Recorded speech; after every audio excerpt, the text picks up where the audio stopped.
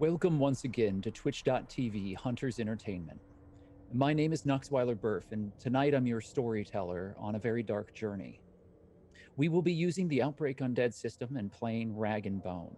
If you have joined us in previous sessions, you'll know that the actions that you take as part of our audience will affect the story and the world that these characters inhabit. Tonight, we are using the Scry system, which is open to you now. And once you are signed in as a viewer of our content here on Hunters Entertainment, you will find that you are able to collect resources and allocate them to the survivors that you see fit to support. It is a crucial task and one that has brought a good amount of benefit to our characters in recent sessions. Just last week, a tank appeared due to your diligence and hard work. It is the difference between life and death in a dark story and world that has very few lights within it. The world ended on Monday, August 29th, 1995. The sky fell and the dead would not die. Civilization quickly collapsed and sickness spread like lightning to even the most remote reaches of the world. They called it many things, but it started out simply as another round of the summer flu. It became something far worse.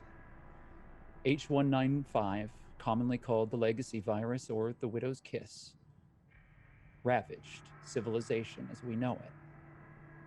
It all ended in 1995. The technology that you know now in your world does not exist. And everything that was left behind, like a time capsule, lay there to be discovered by those who would survive and continue forward. We have gathered a number of exceptional role players with us here tonight, and we have a very special guest. We'll start with him. I'd like to welcome Xander. Xander, could you tell us a little bit about who you'll be playing tonight? Yes. Tonight we'll be introducing Derek Newman, who also goes by Blockbuster, because of some situations that happened in 1995. Very excited to jump in tonight, and you can catch me on Twitter at Xanderific with 2 R's and 1 F. I've got a bunch of projects. There's pretty much something every day of the week, but this time we've got something special on Saturday. Luis and I on Josephine McAdams' channel, and Sunday I've got a charity event with the Double Clicks as well. So lots of stuff always happening. Always busy, Xander. We're very glad to have you. Yeah. I wish you the best. Happy to be here. Next, let's go to Markia. Markia, who are you playing tonight? I am playing Achira Sampson. Achira is a stealthy rogue-like type. Better in the shadows, not in the spotlight. Better stabbing someone in the back and taking out undead like that instead of trying to be a hero, because that always tends to go wrong for her and the people that she tries to save. As far as things that I'm doing outside of Outbreak Undead, then on this channel on Fridays, you can join us for Hunter's Gathering. This Friday, actually, we'll be having chats with Noxweiler Birth. I'm sure you've heard of this individual from somewhere. Chats with him along with altered carbon miniature painting. So ins and outs of Outbreak Undead and all that while also doing miniatures. So that's going to be a fun time. And then for if you want to break from Twitch in general and you also listen to podcasts, then I have 2 podcasts. I have Something Scary. We also have animated horror episodes up on YouTube. You go to youtube.com/snarled, and we have a new one every week. And our podcast, I narrate an additional 4 stories. It's fan submitted stories that we adapt. So multicultural focus horror. Really proud of it. And also I'm in the Shadow Diaries. I'm Priya in that. And you might know Kara Waywood and Madeline Pesh. They are the stars in Shadow Diaries. It's like pop culture meets demons. And you can go ahead and check that out. There's a new episode every Wednesday. I highly recommend that you follow Markia and keep track of all the amazing things that she's working with. And I do look forward to spending Friday with you, assuming that you survive tonight. Luis, why don't you tell us a little bit about your character? Oh, hey, Lampwick, geez. Well, what can I say that I haven't said before? So, Lampwick is a dude with a checkered past.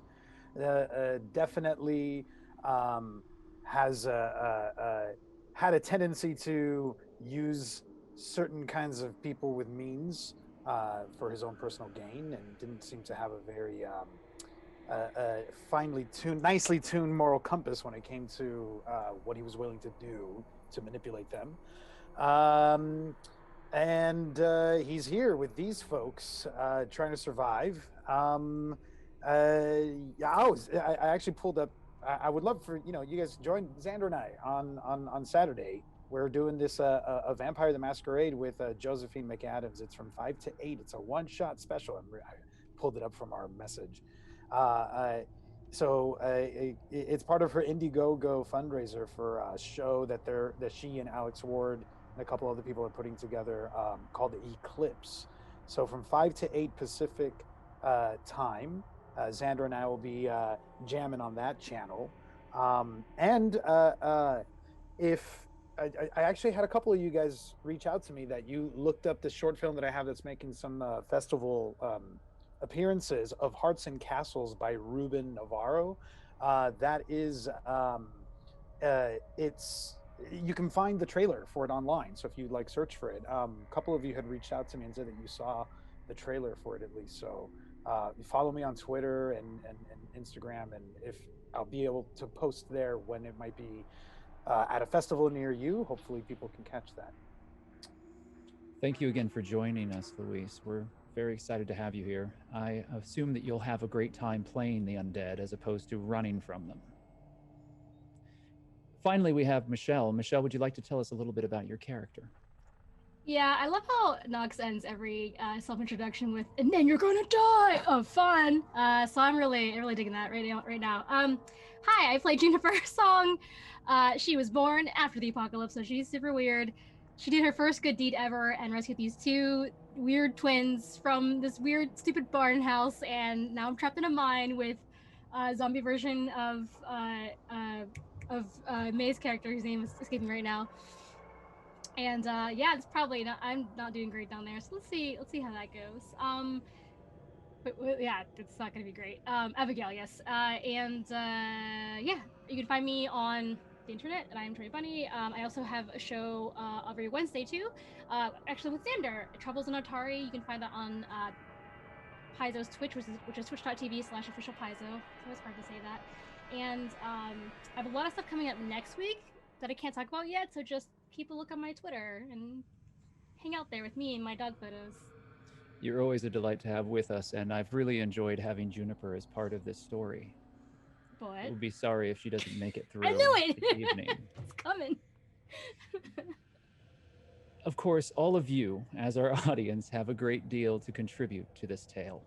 It is not a straight path, it is one that has many bridges to cross, and you can be instrumental in seeing that these survivors have every advantage available to them. Currently, we are offering a special to you if we receive either 15 subscriptions or 100 followers every week. We will give the players an additional competency point.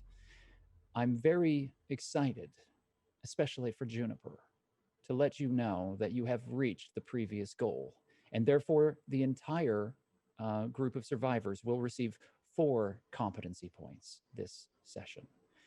That may very well be the difference between a very gruesome fate and one that offers a little more hope. Again, you know that Scry is available to you, and if you've not yet signed up for it, I highly recommend that you do so.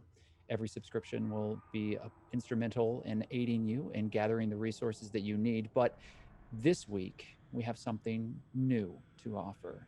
If we reach our purchase goals within the Scry program, which again costs you nothing to be a part of, a new VHS tape segment will be released, meaning that more of the narration will be revealed in the coming week. All you must do is reach the goal. That, however, is easier said than done, as our previous session was very taxing upon all of us, not only upon the survivors, but upon you as part of the Ender's line. We'll be right back.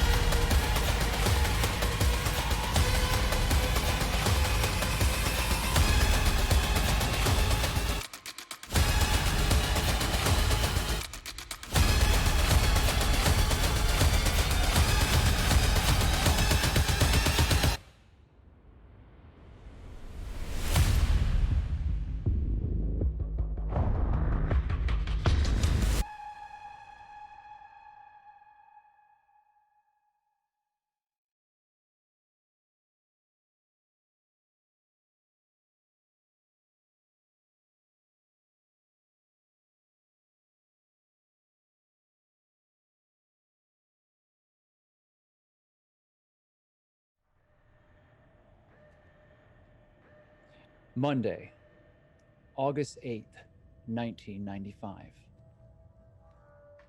It is early evening. There are lights that wash across the parking lot of the Blockbuster on the corner of 3rd and 8th Avenue. Derek Newman, Blockbuster employee, 17 years of age, works diligently sorting a number of VHS tapes along meticulous rows that have been placed here in the back of the store. All across a line of customers mill about selecting VHS tapes for their at-home enjoyment. Derek, you are 2 months into your tenure here at Blockbuster, and currently there are over 50 VHS boxes that you have very politely and correctly stored across the back shelves. Next to you is a 6-foot standee of Uma Thurman smoking a cigarette while lounging on the floor. Bright yellow titles blare the movie's name across the stylized cardboard advertisement. You spent all day Saturday making sure that this display was built, and you're quite proud of it. The film has been released on VHS and is quite popular. It is a good film. It's better in theaters, but you're not about to send business to the Dollar Cinema down the street. The manager, Clint Montrose, is an ex-boyfriend, and he still owes you money and an apology. You feel a tug on your bright blue blazer as someone next to you is staring blankly directly at your face. Welcome to Blockbuster. Can I help you? Yeah, the blonde girl in front of you toys with her hair. I heard that that new director, Quincy Toronto, is like super gory and sexy and weird and what, you know? I'm looking for the movie with that old man from the 70s. I think he was in like Happy Days. How do you feel about feet? Just in general. What are you? What do you mean? How do I feel about feet? I want to find that movie that everybody's talking about, the one with the Quincy Toronto movie.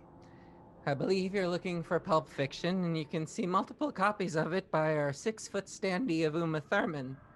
How do you feel about feet? I don't understand you. You're weird. She snatches a copy of the VHS off the shelf and walks away. Meanwhile, Be kind, rewind. Sorry. Meanwhile, across the store, you see the manager and the assistant manager glaring at you over the counter. Edgar Lipscomb is the manager here at Blockbuster.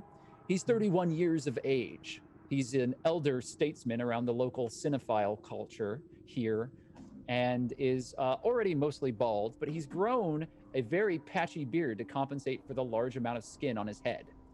He smokes clove cigarettes on his break and is generally a pompous ass who greatly enjoys his position of power here in his small rental empire.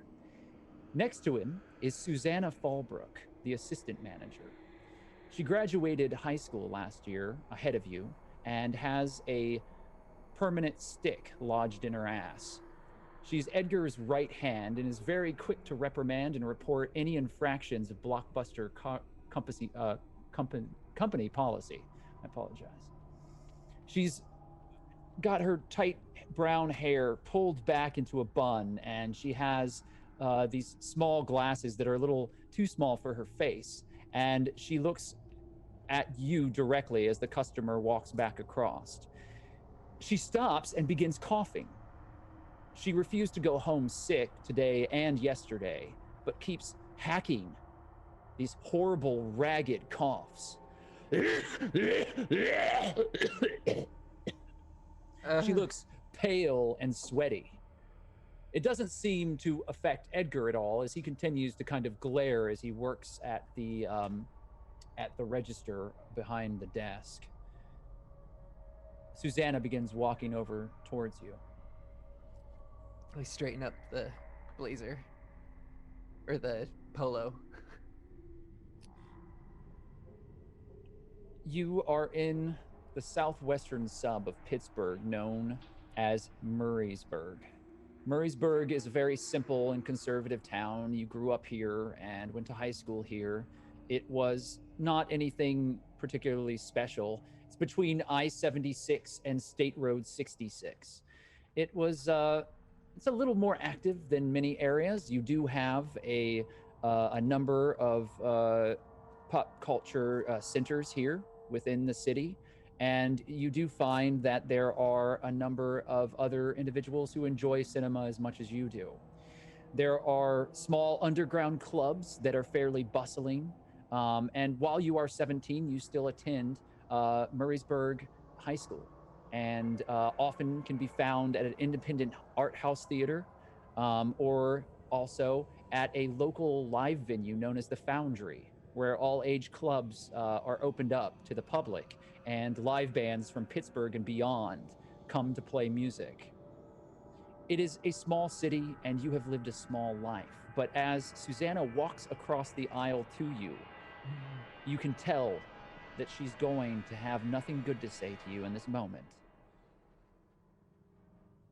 Listen, Susanna, I'm sorry for calling you an ass manager. It was just the typo that was on the schedule, and I thought you'd get a kick out of it. I didn't think you'd hold a grudge all this time.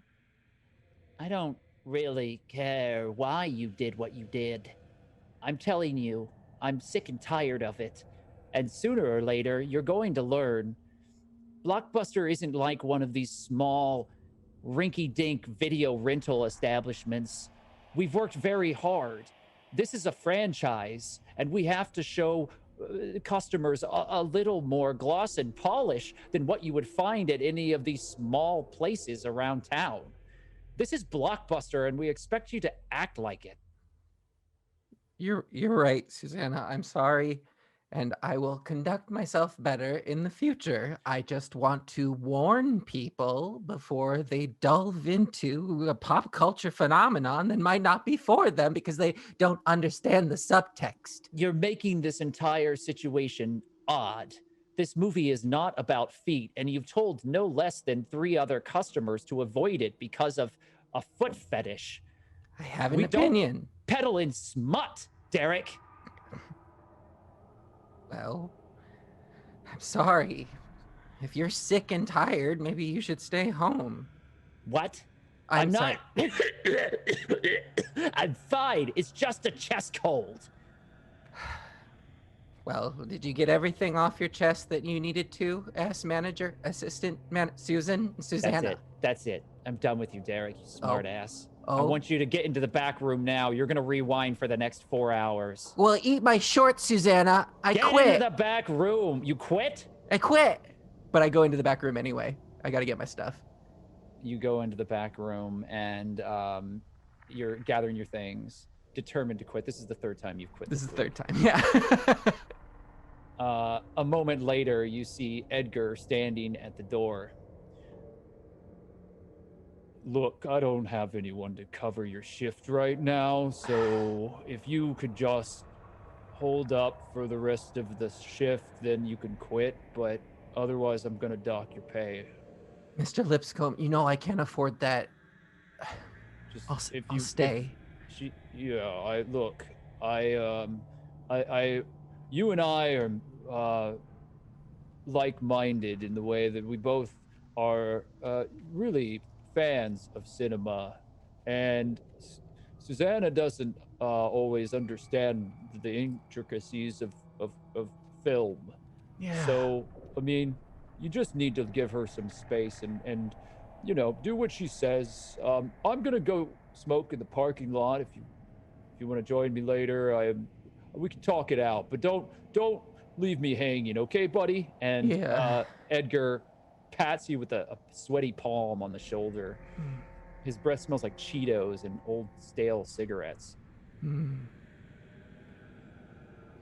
All right, well, I'll take my break and just go ahead and rewind for a while and think it through. All right. All right. And I'll sit down, and there's a little station with 2 VCRs, and there's one VHS tape that you put in one, and you rewind it, and do the same thing with the other. And it's sort of a system that you sit there and watch. It's meticulous, and it takes you hours as you begin switching VHS tapes back and forth. While you're doing so, you just continue to hear Susanna coughing out in the on the floor as she continues to work far beyond any sort of sanity due to her very apparent illness. In the back room, while you're working, relegated to rewinding these videos, Derek, there is a small television that is also usually tuned in to whatever's on local news and whatnot. And you can see that there is a breaking news flash that is on the screen as an image of St. George Memorial Hospital is shown. And there is a fire. There's a fire that's at the local hospital, and you can see that it seems pretty severe. There are hurt people that are being pulled out of a building, and it looks like military trucks are on the outside of the building. Do you want to turn up the volume or do anything? Yeah, Derek's going to take a moment to step back from the rewinding process and go over to the TV and turn it up. All right.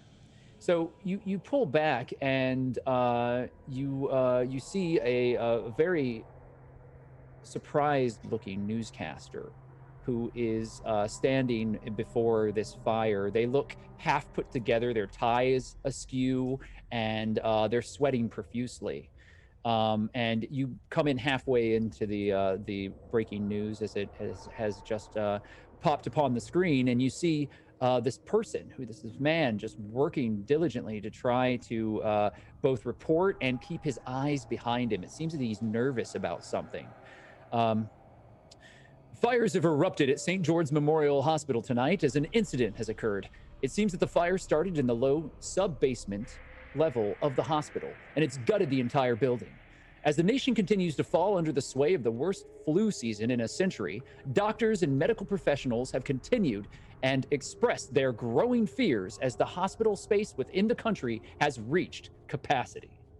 Similar outbreaks have already brought Europe and China to its knees, but this hospital here, it's St. George's, is clearly not going to take further patients. We have lost an integral part of our community. And while the source of the fire is still unknown, the military has arrived to take things in hand. Increased local service of the military has been seen in areas, and you can see that he keeps trailing off Derek and stops and continues to look over his shoulder. Is this close to where I am, like in the same area? It's about 2 miles away from Okay. the Blockbuster that you are currently located at.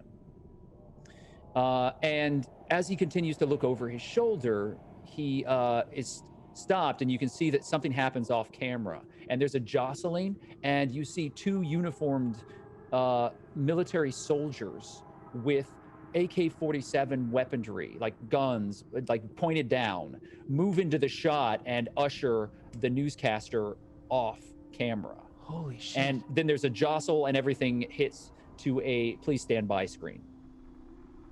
I stand up from the TV and I go over to the door between the break room and like the showroom to see if people are still out there, just peeking through. You start moving through, and what you first notice is that the customers are still present. Okay. Everyone has, for the past few weeks, this flu has been ravaging the country, and there have been reports of death, but no one has been taking it very seriously until really the start of this weekend, when the reports started to get worse. And there are apparently some very serious incidents where entire cities have been quarantined. Some of the major cities have already been locked down for some time now, but the situation has gotten worse and worse. And as you peek through the door, you see a number of customers that are moving about, but you watch as hacking Susanna falls to the ground. Oh shit.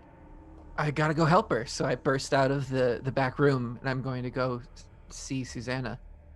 You rush closer to her, and there are customers all around that are gathered around her, and they look just utterly shocked and worried. Nothing to see here. Go back to browsing. An older woman is like, Is she going to be okay? I don't know. I'll check her pulse. Give me the phone and I'll call 911. Yeah, there's a phone behind the counter. She gets behind the counter, and you can see she picks up the phone and she starts calling. Other people are just, they don't go back to browsing. They're rubbernecking the situation. Susanna is on the ground, and this thick black blood is pouring forth from her mouth as she continues to convulse and cough. I'm gonna. Oh, gross. I'm out. I back away. I'm gonna go check on the phone. You back away, and the old woman is still trying to find the 9 and the 1 on. Okay. I didn't bring my reading glasses. I'm right. sorry. It's fine. It's hard fine to see. You should get I one got with it. bigger numbers. You're right. Here we go. Okay. 911. She's coughing and convulsing. And meanwhile, as you're on the phone, you turn around and you see Edgar smoking a clove nonchalantly through the big panes of glass windows, Try to wave oblivious him to in. the situation. He turns and just kind of waves back at you and continues to smoke. His back is turned to you now as you're making just desperate hand motions. The girl that you were talking to before, who was about to leave with her boyfriend is kneeled down on the ground and is checking Susanna. And as he does, the girl stops and screams. Whoa, is anything going through on the phone at all? It's busy signal. Yeah, slam the phone down. And the girl turns. She's not breathing. Oh shit! Okay, I'm gonna go back. I'm not a doctor, but I don't think I think she's dead. Oh shit! Okay. There's a first aid kit in the back, and I'm gonna head to the back room again. Okay, make a search roll for me, please, Okay. Derek, as you start pouring through the Blockbuster shelves in the back employees' break room to find the first aid kit. And do I have a multiplier on this one since I work here? Yeah, you do. I'll say it's times 2. Okay. And okay. Okay, so that's a lot of degrees of failure. Yeah, that's 5, huh? So your first roll, Derek, is It's a 5 98. degrees of failure. It's a 98%. I can't find. I wish, my friend, I could offer you greater hope, but you have no chance of finding the first aid kit as you are pulling things off of shelves, looking under the various desks in the rewind pile. Oh, God. You have no luck.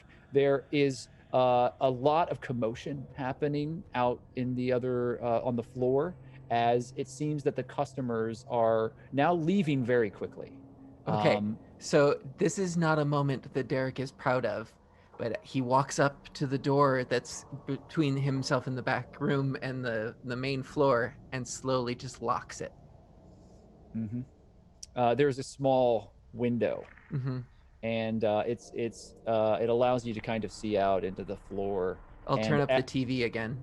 you turn up the TV, and the screaming continues. The thing that is probably the most disturbing to you is the fact that Susanna, assistant manager at the Blockbuster here in Murraysburg, is no longer on the ground.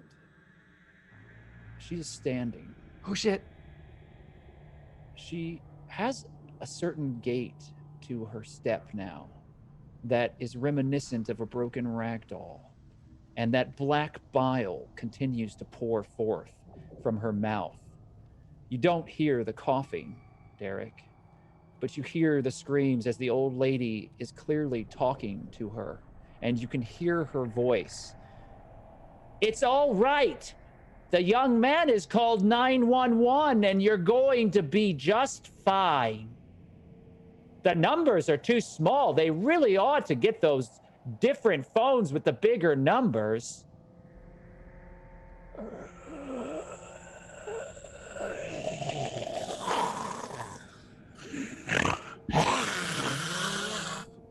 As Susanna lunges forward and grabs onto the old woman, pulling her over into the drama section, knocking over an entire rack as VHS tapes scatter across the floor. No!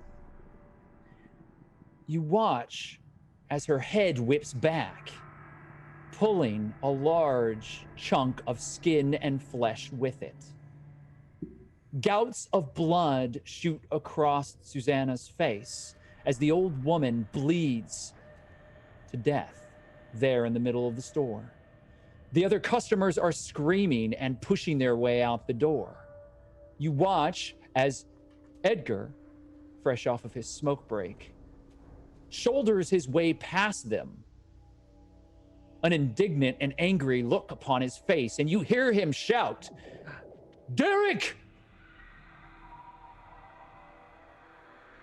I Susanna, don't unlock the door. you do nothing. Susanna turns and begins moving towards Edgar. Do you do anything now, Derek?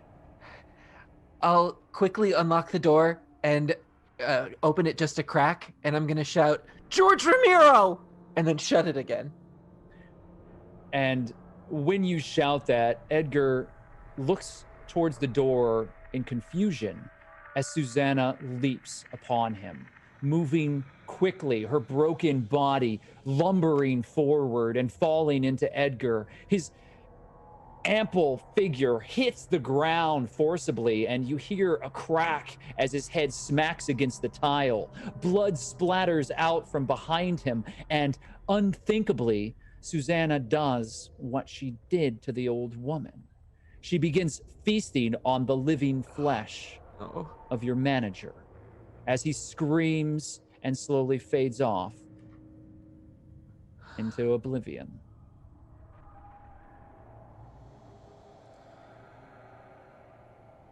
With the door locked, you're back against it. You hear helicopters outside, sirens. The news doesn't come back on. You were there for a very long time, Derek.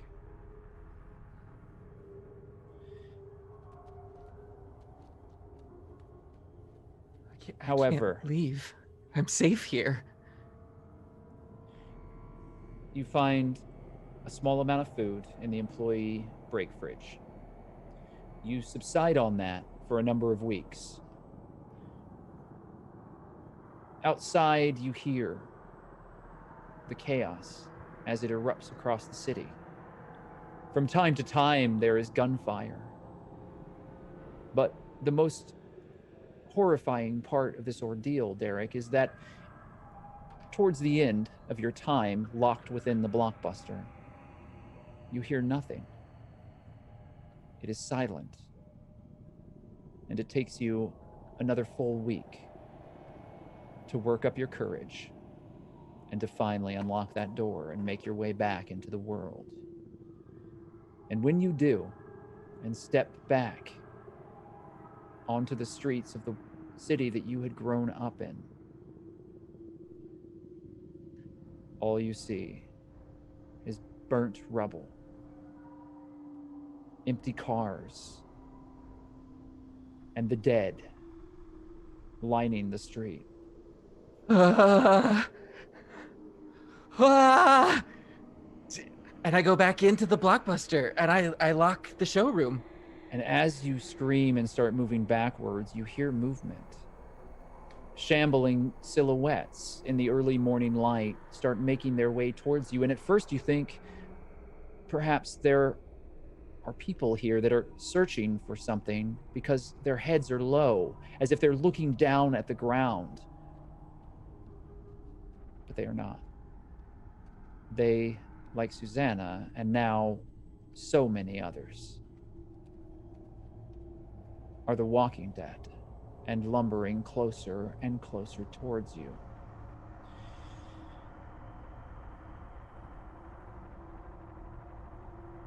Now, 25 years later. Ooh, can I put a little button on that?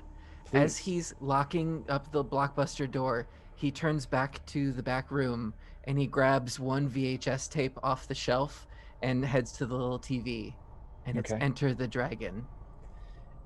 He watches Enter the Dragon alone and scared, having picked clean the candy and the soda that is stacked there within the Blockbuster. You're eating stale chips now for a month and watching kung fu movies as the world continues to end. 25 years later, however, Derek is not the same person that he was. Would you like to describe Blockbuster to us, please? Yes. Blockbuster is ripped. He's just this jacked guy who has spent a lot of time alone training to get stronger. And you can see he still wears his Blockbuster uniform almost as like a badge of honor. It's torn and bloody and dirty, and it's split down the middle, but you can still kind of make out the original Blockbuster logo that's faded in a patch. He's got a beard and hair that's overgrown a bit and bushy, but you can tell that there's an alertness to his eyes that he may have been alone for too long. You are still in Murraysburg, and you have taken the Foundry as your own. Mm. It is called the Foundry because it used to exist as a massive steel plant back in the 1940s during the war. It was eventually shut down, but it then became a local venue that hosted live bands. Still, the lower levels of this building were made from thick steel girders and 5 feet of concrete. It is the most secure place in the town that you grew up in, and you've taken it as your own. My stronghold. Your stronghold, indeed. It has become your secret safe house, and you've managed to turn the old metal rooms underground into a network of vaults that you use to store a hoard of popular culture. Mm-hmm. You have books, magazines, cassette tapes, compact discs, and even a handful of laser discs. Yeah, laser managed to salvage from the wreckage of the world around you. This has taken you years, but you have a repository of the world before it ended in 1995. 3 separate generators and a sup pump manage this place, and they provide clean and dry environmental controls for your treasure, and it makes the Foundry more than just your hideout. This is a museum to the fallen world. And Blockbuster, you are the sole librarian of this wealth. You're fresh off of another trade run, and you've managed to leverage some older grade B videos, old documentaries for some A grade tapes and some ammunition. You work with a group known as the Ender's Line, and 10-4 is the leader of that group. 10-4's people are gullible and also pretty well off, which makes your relationship with them perfect. You've managed to make some very good deals over the years, and there is a great amount of trust. They and no one else knows about this place. The Foundry is your secret, and you have been very careful not to lead others here. On the outside, in the world above and beyond, this place looks abandoned, and none would suspect that it holds everything that it does. You've just made your way back from this trade run, and you're about to begin another workout. You have a makeshift shooting gallery in one of the rooms, full of old cardboard standees with celebrities that you didn't like that are peppered out with BB gun pellets, 22 fire, and the occasional 45 shot that you did when you were drunk. And then next to it is a small dojo that is complete with stuffed dummies that are hanging from the rafters, and an actual wooden pegged Wing Chun, which is a training dummy that's made out of wood. You managed to salvage one of those, and it's in the middle of this dojo. And you're very excited about this place, and you have worked here for countless years to make it everything that it is. You have over 50 different sets of nunchuck that are neatly organized on a velvet display table on one side of this room. And a VHS player with a 13-inch TV, one of the 7 that you own and maintain, is on a cart marked Murraysburg High. Return to room 103 after use.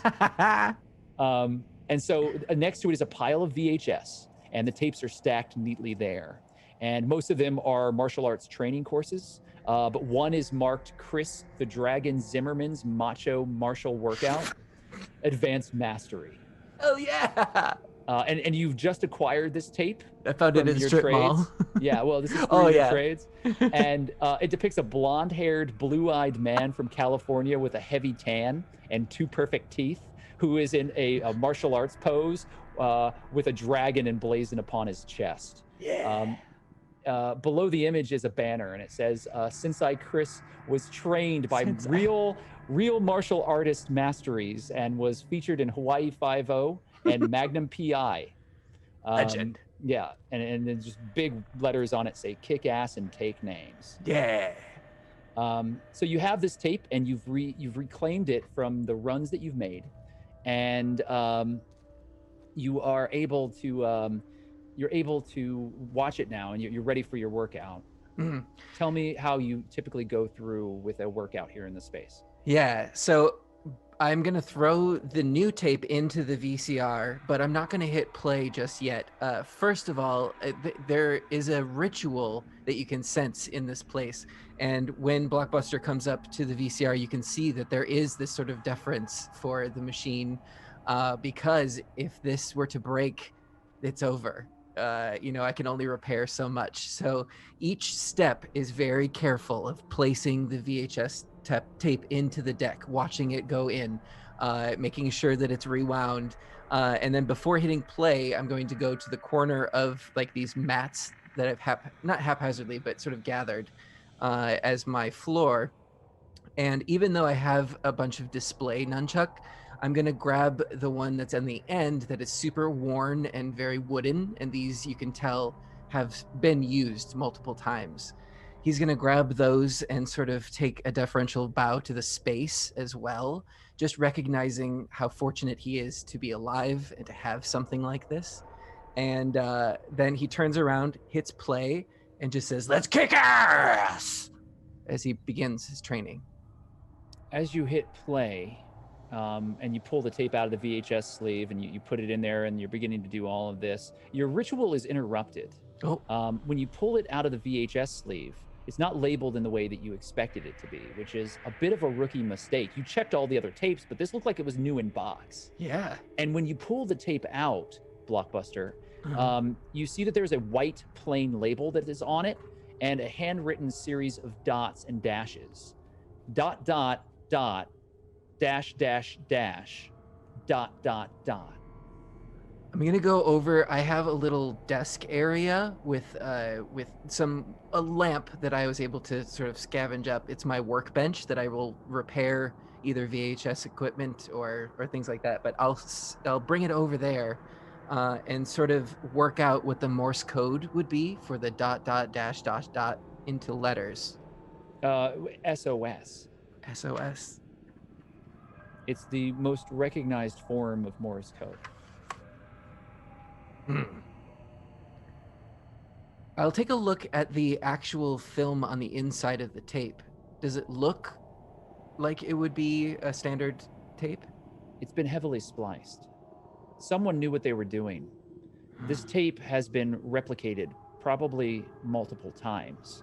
And there's only enough tape on it to play a 2 or 3 minute segment. Put it back into my VCR, but I'm gonna double check to make sure that this isn't gonna ruin anything. It all seems to be in order. It seems like normal VHS tape, but it seems like it's been heavily modified in the cassette. I'll go ahead and pop it in. You pop it in and you press play. Okay, listen, I don't have a lot of time, and I don't know who will find this, but I pray that you do not lose hope. My name is Dr. Sanity, and I have a cure. I'm not safely able to record everything here, but I have a message the world needs to know. The virus, which has plagued us and devastated everything that we know and love, is not without weakness. I and a small group that rose out of the post the Center for Disease Control, have tested a radical antiviral which has produced a full and complete reversal of the devastating H195 virus. This message cannot end with you. Pass it on, make copies, and spread the truth.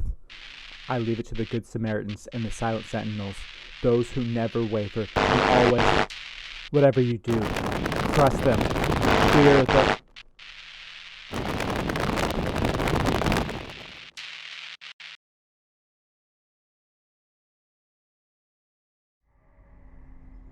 Achira and Lampwick.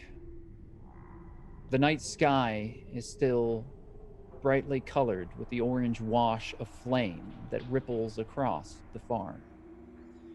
This community, this settlement that you have found, has been compromised. It seemed at first to hold great possibility and potential. The walls seemed so sturdy.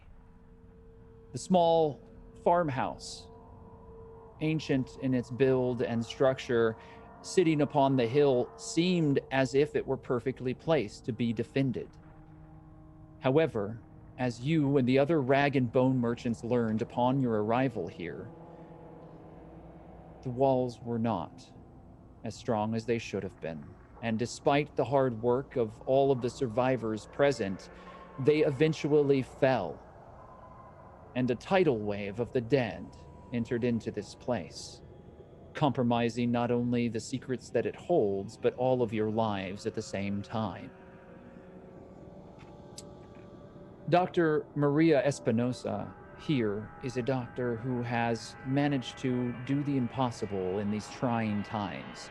She has gathered the resources and built a makeshift laboratory that is able to synthesize penicillin.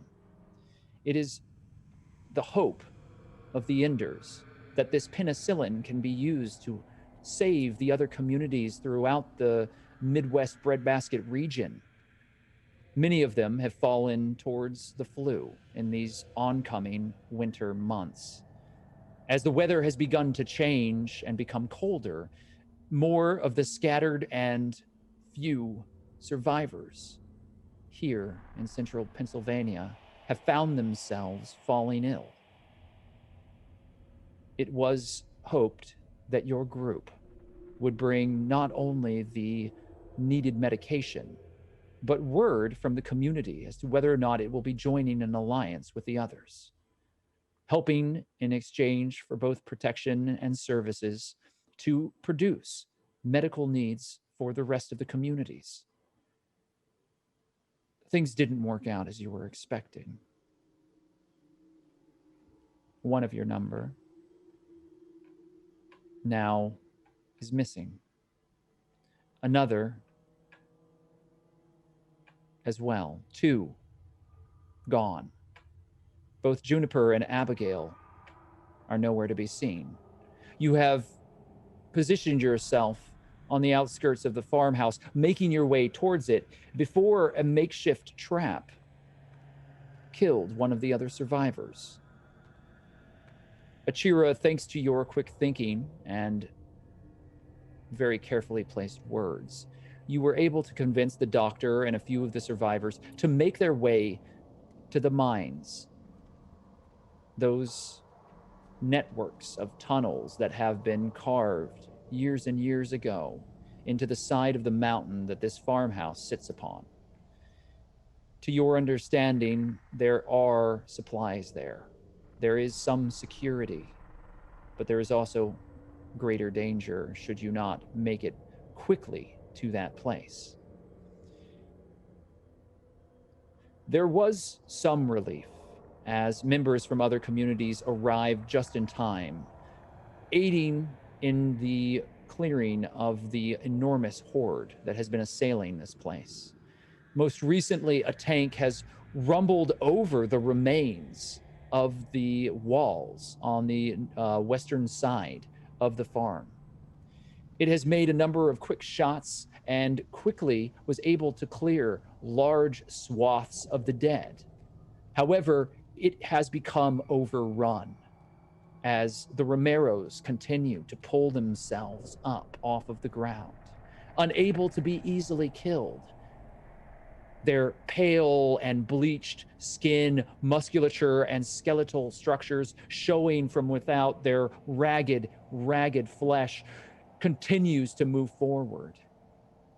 You have fought tirelessly side by side, and it seems as though only a handful of those who called this community home will survive this night. The building in front of you is burning as you continue to push away. Two of these outsiders have managed to join you just as another figure emerged from the horde of the dead. A large, heavily muscled, lumbering figure. Its face was concealed entirely by a burlap sack, and it wielded an enormous woodcutter's axe. Picking up some of its opponents and breaking their backs with ease, this was not one of the dead that you knew. This was something entirely different, and it moved like a hungry, desperate animal. Many have died. And I need to ask both of you now, what will you do? Is this the same one that Achira had shotted last game? Now it lies on the ground. Your shot was well placed. It does not move. It is your understanding that this creature, whatever it is, this unbelievable thing, is now dead. Achira's intention is still to get the doctor and Lampwick over to the mine shaft where there's supposed to be supplies and a hope for either defense or escape, because the fields look screwed and even the tank was overrun. So how will you make your way there, Achira? Will you be quick and stealthy, or will you move without any sort of restraint across this field? Usually Achira is all for stealth, which I think she would still do that. I want to just run for it. I want to do that, but Achira would try to be as stealthy as possible. She'd sacrifice rapidness for some stealth to get there. Trying to move carefully will be difficult. You have the doctor with you. Are you still shepherding her through this? Yes. Then I will have you make a stealth check with 2 speed dice and 2 difficulty dice.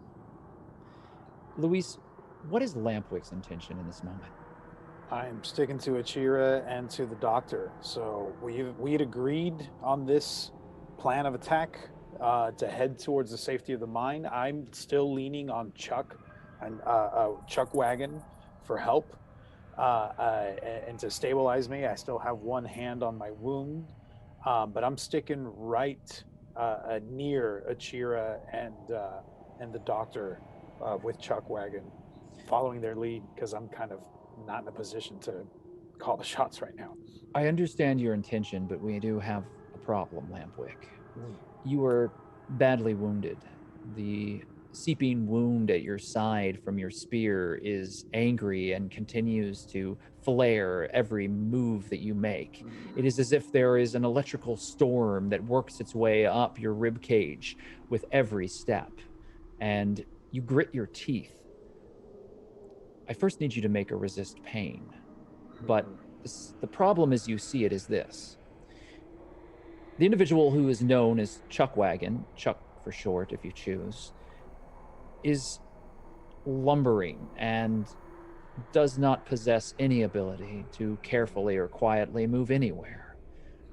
It seems that he has leveraged any amount of dexterity that he might have once possessed for sheer girth and strength.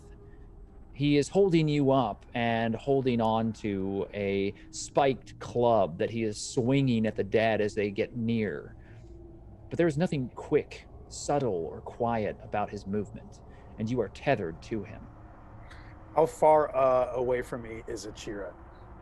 About 20 feet at this point. I'm going to try to, if I can withstand the pain.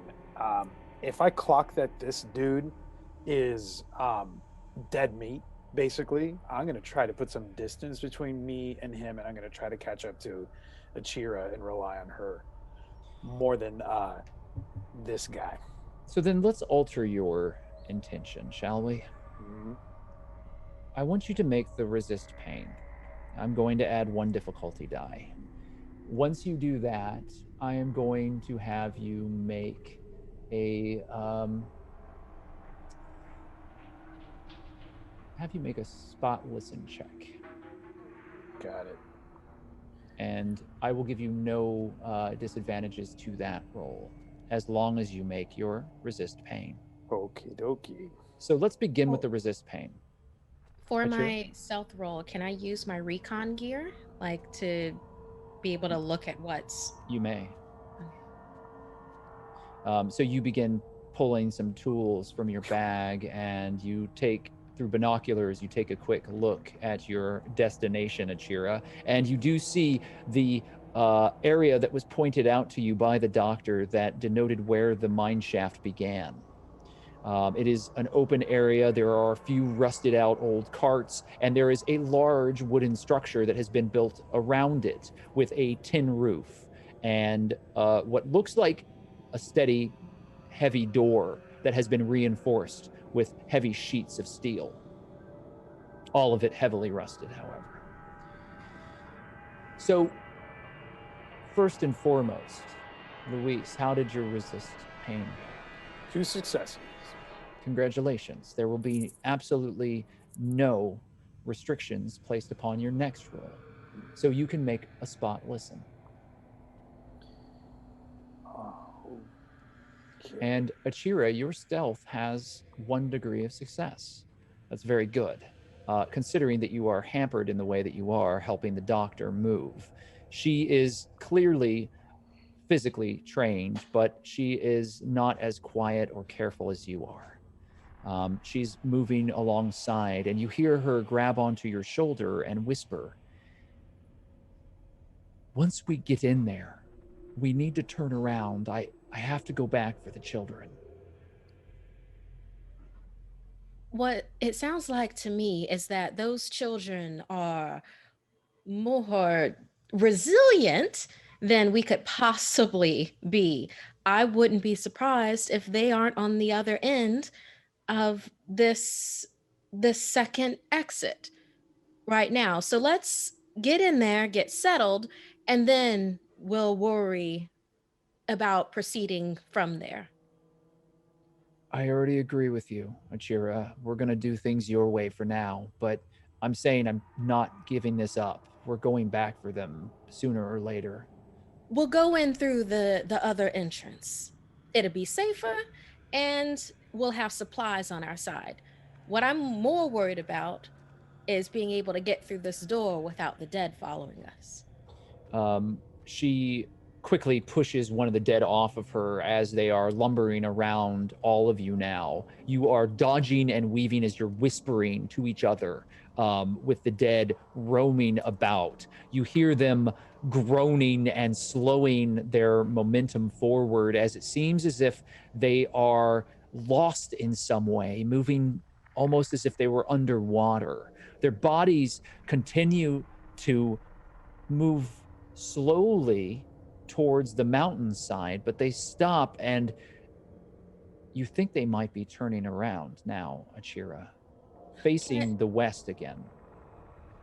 Can Achira do a spot listen? She spent a lot of time watching Romero's, like from the shadows. I want to see if there's anything that she would particularly notice about their pattern of what they're doing right now.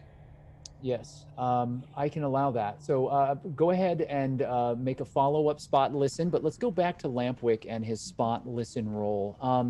Lampwick, why don't you let everyone know exactly how many degrees of failure you hit? I got 5 degrees of failure. So, back to normal. Roll 20. Thank you. You do have 4 competency points. Do you wish to mitigate this disaster in any way? Because as always, 5 degrees is catastrophic, and we will work together to narrate an appropriate failure for that. I'm going to go with the failure. You're going to take the full 5 degrees of failure. 5 degrees of failure, spot listen. I'll do 2 competency points to at least get it to not catastrophic. Well, Luis, you already said that you would take them, but I'm feeling generous. So I was thinking out loud. I was weighing it in my mind. Understandable. Oh, damn it. So you spend 2 competency points, bringing it down to 3 degrees of failure. It is still a complete failure, meaning that you are oblivious to the situation around you. And while you are not in intense pain, you are certainly not on your A game when it comes to being aware of the situation around you, Lampwick. As you look about desperately, heavy beads of sweat are pouring off of your brow, and Chuckwagon is huffing and puffing and swinging heavily into the dead, kicking them back, throwing them across the field, and you it seems as if this individual is going to be able to get you to safety. You don't doubt his ability in this moment. All right. If I think he's all right, I'm. You do, in this moment. Okay. Then I'm still gonna try to catch up to. I want to get there as fast as possible, so I'm still gonna try to catch up to Achira if I can, while looking around and trying to maintain some sort of awareness, despite my injury and perhaps my fogginess. And you continue to move forward. Achira, your spot listen. It's 2 degrees of failure. Would you like to mitigate that? Since it was me trying to find a pattern with the dead, and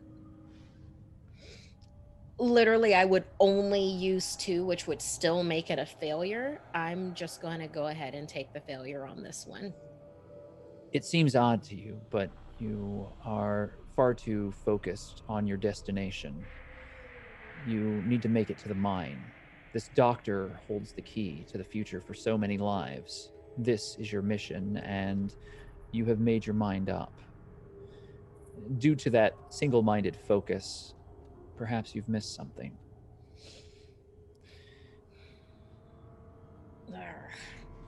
We're going to make 3 rolls. Both of you have told me how you're making your way across the field, and these rolls are going to determine the success of that situation. If you are successful, you will make it to the mine. If you fail any of these rolls, there will be consequences that will prevent you from making it within the allotted time. If you catastrophically fail any of these rolls, due to the fact that you are moving through a somewhat lessened horde, it would be very bad.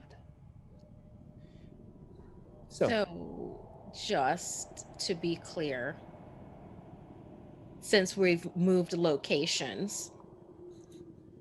Would this count as a location hazard? Moving through the horde to the mine is a location hazard.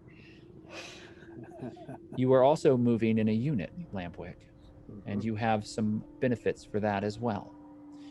Now then, for the That's the 3 reason why I rolls. want to catch up. The very first roll that I need you both to make is composure, as this is a stressful situation. And if you were to lose your composure in this moment, you would draw attention to yourselves, and the dead would be upon you very quickly. That would make things much more difficult moving forward. Here we go. As you have set yourself up without too many difficulties to this point, there will be no difficulty dice to this roll. Is there anything added for the formation? Like this, I assume it's a basic formation. I forget what that is. Lampwick, would you like to explain your ability? Right. It maintains our morale. So so it can perhaps mitigate like you losing your confidence and kind of starting to panic. So we have basically we sustain a higher kind of level of morale while we're in like this kind of more precise formation. Meaning that if there is a failure here on composure, your morale will not be affected. So, Lampwick, please make a composure roll. I sure did, and I got 1 success. All right. And Achira, can you make your composure roll, please? Oh, she's in her element right now. 3 degrees of success is very good. In fact, that is going to lend you some benefit moving forward for future rolls. Lampwick, while wounded and bleeding, you still manage to keep your cool as this situation moves forward. Now, each of you have determined that you will be moving a specific way. I need, Achira, I need you to make your stealth roll. I will remove your difficulty dice, although you will still have 2 speed dice that need to be rolled with that.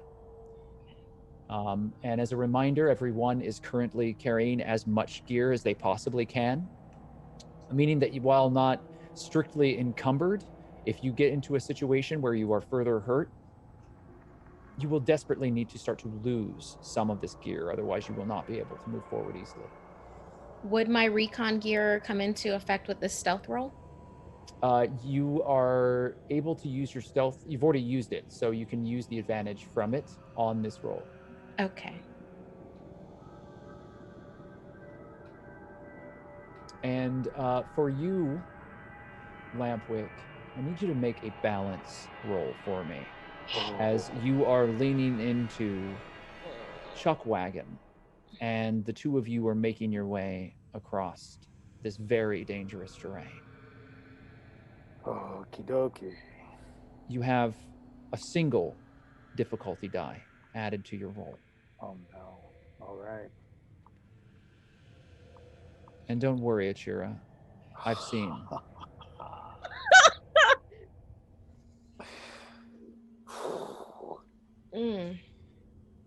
Achira, you have 3 degrees of failure. Lampwick, you have 5 degrees of failure. I sure do. Another catastrophic roll for you. Now, you can make a decision, Lampwick, as to whether or not you wish to lessen the effects of this failure. But while you are making that decision, I'd like to go to Achira, as she is in the front of the formation, moving carefully forward with the doctor. You have 3 degrees of failure. Do you wish to mitigate this? You will still have a final roll to make before you are at safety. I definitely am going to mitigate this. Oh, this sucks so much. I'm going to use 4 competency points to make this a success and hope that I don't roll worse than that on the next roll. You have succeeded, and you have moved on to the final roll. Lampwick, how should we handle this situation? All right. Oh, I'm so sorry.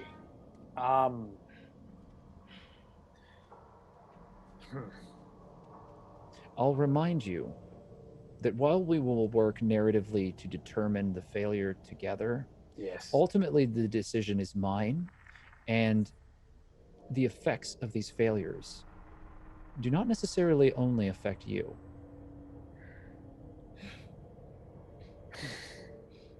All right, so I'm just gonna narrate how I see this happening in the movie that's playing in my head, knowing Lampwick the way I know him.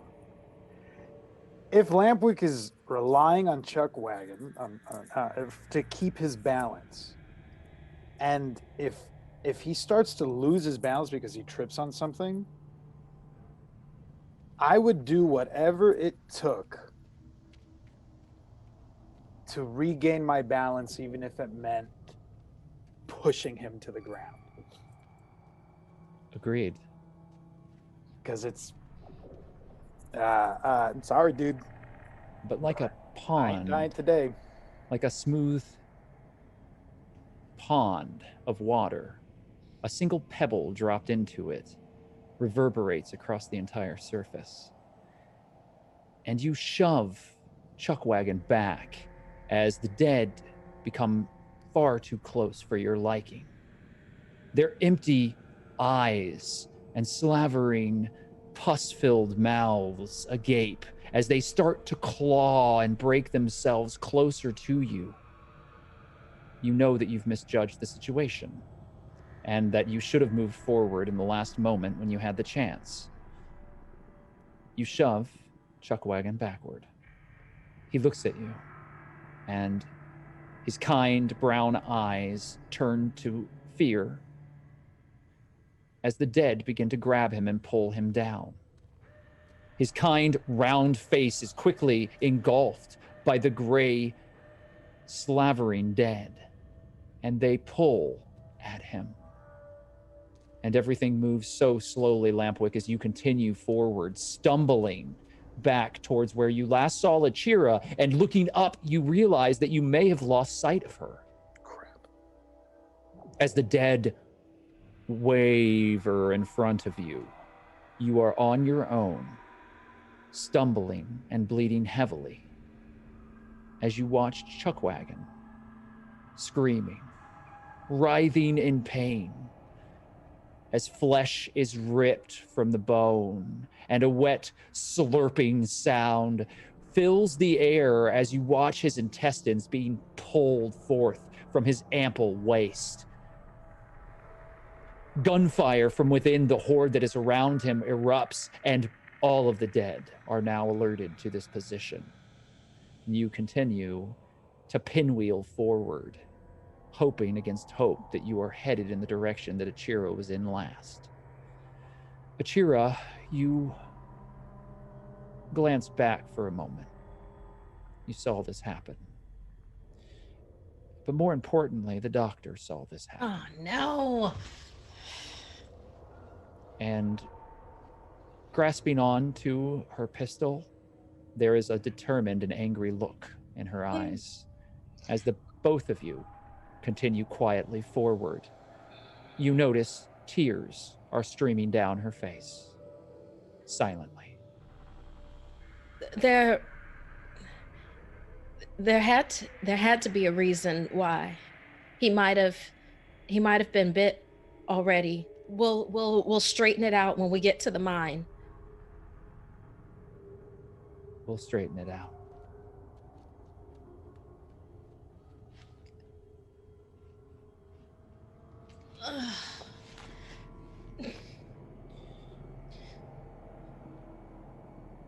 As you approach the mine, there is one more roll to make. It is another composure check. And if both of you succeed, you will make it there without incident. Further incident, I should say.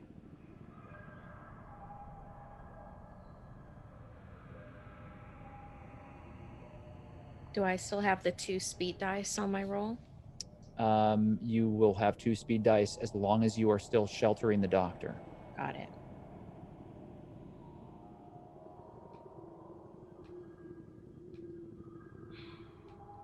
And again, that's just allowing me to know who is going to arrive first. All right. Your speed is atrocious. However, your successes are 3, Achira. You and the doctor quietly and carefully make your way to the entrance of the mine. The doctor pushes you aside as she quickly makes her way to the large steel door. She produces a set of keys and begins unlocking padlocks on the exterior of this doorway quietly and carefully. She has the pistol tightly gripped as she does so, watching you, but also carefully looking over her shoulder. Lampwick, how did you do on your composure roll? 3 degrees of failure. I'm going to use my remaining competency points to reduce it to 1. And that means that you will be out of competency for the rest of the session. Is that correct? That is correct. So reducing it to 1 still makes it a failure, which means that as you begin to feel fear build up in your chest, you realize that this formation has been broken and that Achira is no longer in line with you and the rest of the group. You do not see them for some time. It's at that point, gunfire begins to erupt around you. And the 2 individuals that had made their way into your group when you had last checked are now behind you. You see Rowan firing a rifle, and one of the dead in front of you drops. Her companion, another heavily armored individual, throws a smoke grenade forward as it issues forth a large plume of smoke that conceals the rest of the area with a thick, acrid smelling smoke. And you hear Rowan shout out very clearly, "Continue to make your way towards the mine. The mine they can't smell you as long as the smoke is here. Keep moving." Is the smoke all around me so they can't, Rowan can't see me? You see silhouettes behind you, and you see the flash of gun muzzles as they are continuing to fire. So you know where they are roughly. You don't know if she can see you. I'm just going to go in the direction. I'm going to continue moving forward. Right where I saw the Romero drop, I'm assuming that's the signal, that's the path. I'm going to move in that direction. She's clearing the path for me. A final balance check, please. And I'll remind you that you have no competency remaining. Crap.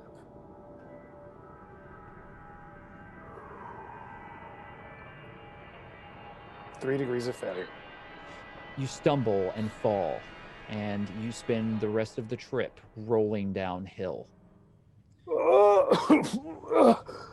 Dirt and rocks are embedding themselves into your wound, and the smoke around you is still thick.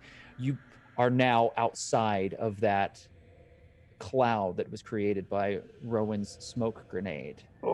Achira, you see Lampwick stumble and fall out of a horde of the dead. He's lying on the ground and is currently surrounded by them, moving in closer and closer. There is an opening at this moment. Is there anything that you would like to do as the doctor finishes unlocking the door and opens it before you? Achira is going to, while standing there at the opening, try to keep that opening open for Lampwick by shooting her long gun. All right. You level your rifle. You pull it up and mark with your sights the dead as they waver in front of him. Please make your shot. I'm going to give you no degrees of difficulty, and you're no longer hampered by speed dice, as the doctor is now inside of the mine. Would I be able to get anything for having those 2 composure rolls that were both 3 successes? What do you have in mind? What seems fair for 2 well-made rolls? To mitigate 1 degree of failure, at least, if I have it. That would be very generous. I will allow a single degree of failure to be removed, but if it is all success, then you will receive nothing. Okay.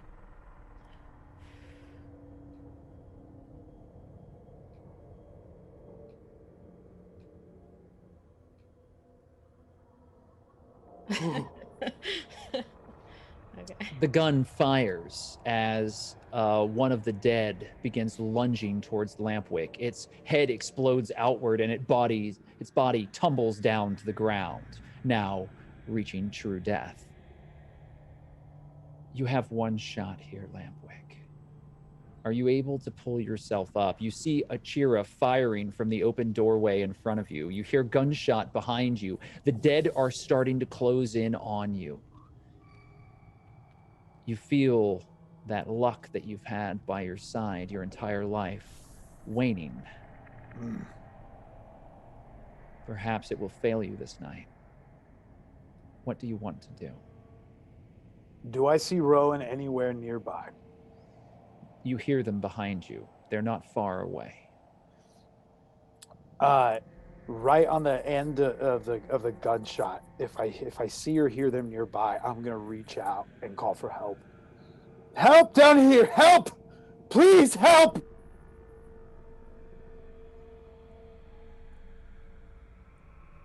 You feel an arm pressing against yours, Achira, as a hand grasps onto you. It is the doctor. Leave that piece of shit. We're done with him. Close the door. Normally, I would be with you, but it's gonna have to be more than you and me this time. We need more hands holding more guns. I've seen how he holds guns. I've seen how he protects those that he is working with. We don't need him. We don't know the whole story. I know enough of it. I saw. I just think that if there's only so many of us and there are so many more of them, we need to get as many of us into this shaft as possible, and we can figure it out after we're inside. But up to that point, we're all on Team Human right now. I'm a reasonable person. I've listened to your arguments, and I have done everything that we can to try to save this place. It means a great deal to me. This is my home. And I won't say it again. She raises the gun and points it at Lampwick. Close the door, or I'll shoot him. Oh my God. We're going to take a break. We'll be back in 10 minutes, and our narration will continue. Please don't go anywhere. We have so much more to tell you.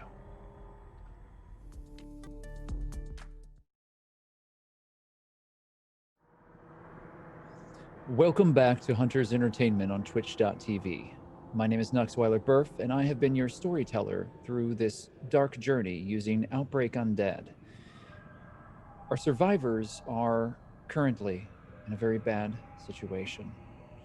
They have become scattered, and the dead are encroaching around them. Every decision at this point will be the difference between life and death. One of their number has already fallen, and somebody within this group is not who they seem. Someone doesn't have the best interest of everyone present within their hearts. And when given the opportunity, will betray all of the others.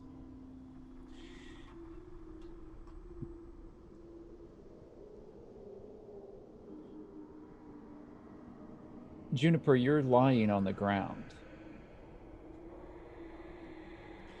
The cold, dank floor of this tunnel is underneath you. The rocks that have scraped across your face have caused a wound that is bleeding heavily. You have managed to turn yourself just in time to silhouetted see the form of Abigail standing there at the doorway. the entrance into this long corridor leading from the basement of the farmhouse deeper into the walls of the rocky outcroppings to the far side of this farmhouse, into the mines. Kit and Crash, the two redheaded twins that have led you here, have run into the darkness beyond. You do not see them as you look back, but when you look forward, you see Abigail. Her figure standing there with the light behind her. A dark blot in your vision. Clearly, her head is turned at an odd angle and looks as if it is broken.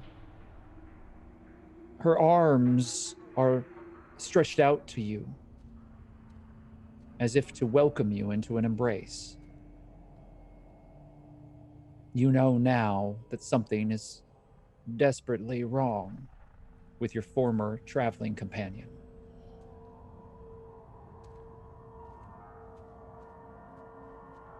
My child. I already asked you the math questions, Abigail. You didn't answer them, even though I know what the answers are. So definitely not alive anymore. And please don't chase me. I was trying to get up and run away again, if I can. Not sure where we are with that. I feel like I tried that first and then I fell. Pulling yourself back up will require a balance check with a single difficulty die attached to it. Cool. As it is very dark and you have no light with you. Well. You have 1 degree of failure. However, as we have begun a new session, you do have your full 4 competency points. Oh my god, it's only halfway through the session. I will I'll use 1 to make it a regular failure, right? To meet. If you spend a single point, it will be a failure. And if you do not spend that point, it will still be a failure, but a very slightly worse one. The choice is up to you, but unless you're going to spend more than 1 to remove the failure, I don't know that it is necessary. The results will be more or less the same. I keep it. I keep the failure. All right. You lie on the ground and turn yourself over, grabbing outward, trying to grab onto the walls of this tunnel. And as you do, you pull on a root, pulling yourself up, and the root pulls out of the dirt and debris falls all around you as you stumble back down. You're on your hands and knees, and you do not stand. Okay, don't grab trees. Fuck trees. Okay. Abigail, back up. I'm not. Do you look behind you, Juniper? So am I now facing away from her? You're now facing away from her. Okay. Can I see the 2 kids in front of me? How far away are they? Okay. You don't see the children at all. Oh, cool. All right. Sure. I turn around. I look behind me. The flickering torchlight from the small lanterns that are lit in the corridor that you left behind, the one with the sick individuals that were locked behind cages, continues to illuminate the silhouette of Abigail. And now you see her take 1 step forward towards you, very slowly. My child. Oh my god. I said no. And also, not your weird baby. Stop calling me child. I don't like that at all. Not good. Okay, that's.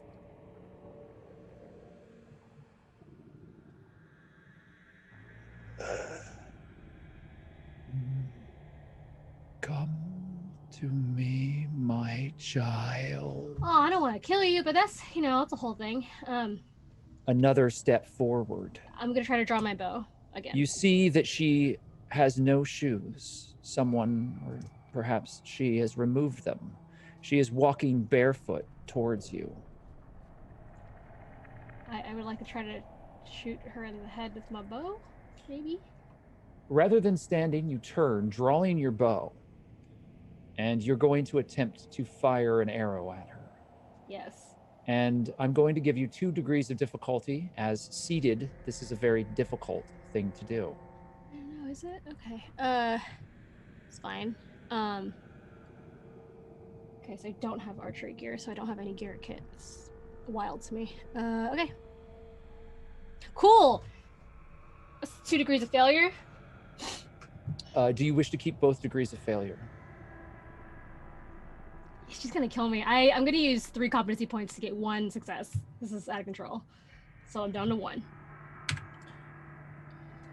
Very well. You spend 3 competency points, and that will allow you to strike your target. The arrow flies and pierces into Abigail's chest. There is a sharp cracking noise as it pierces through her ribs, and there is a gurgling noise as thick black fluid begins to drop on the floor in front of her, both from the wound and from her mouth. She stands there for a moment. No,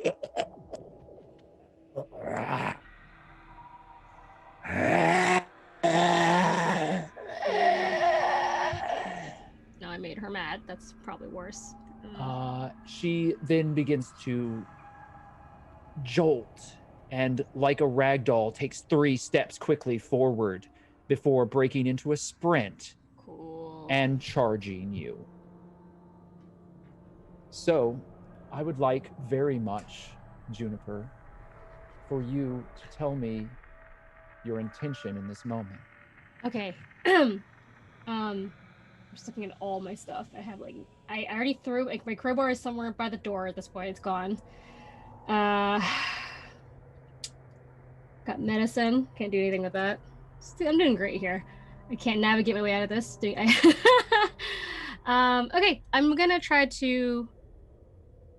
Do I have a second to look around this cave and see if there's anything I can grab to throw at her, like a rock or a stick or like old equipment?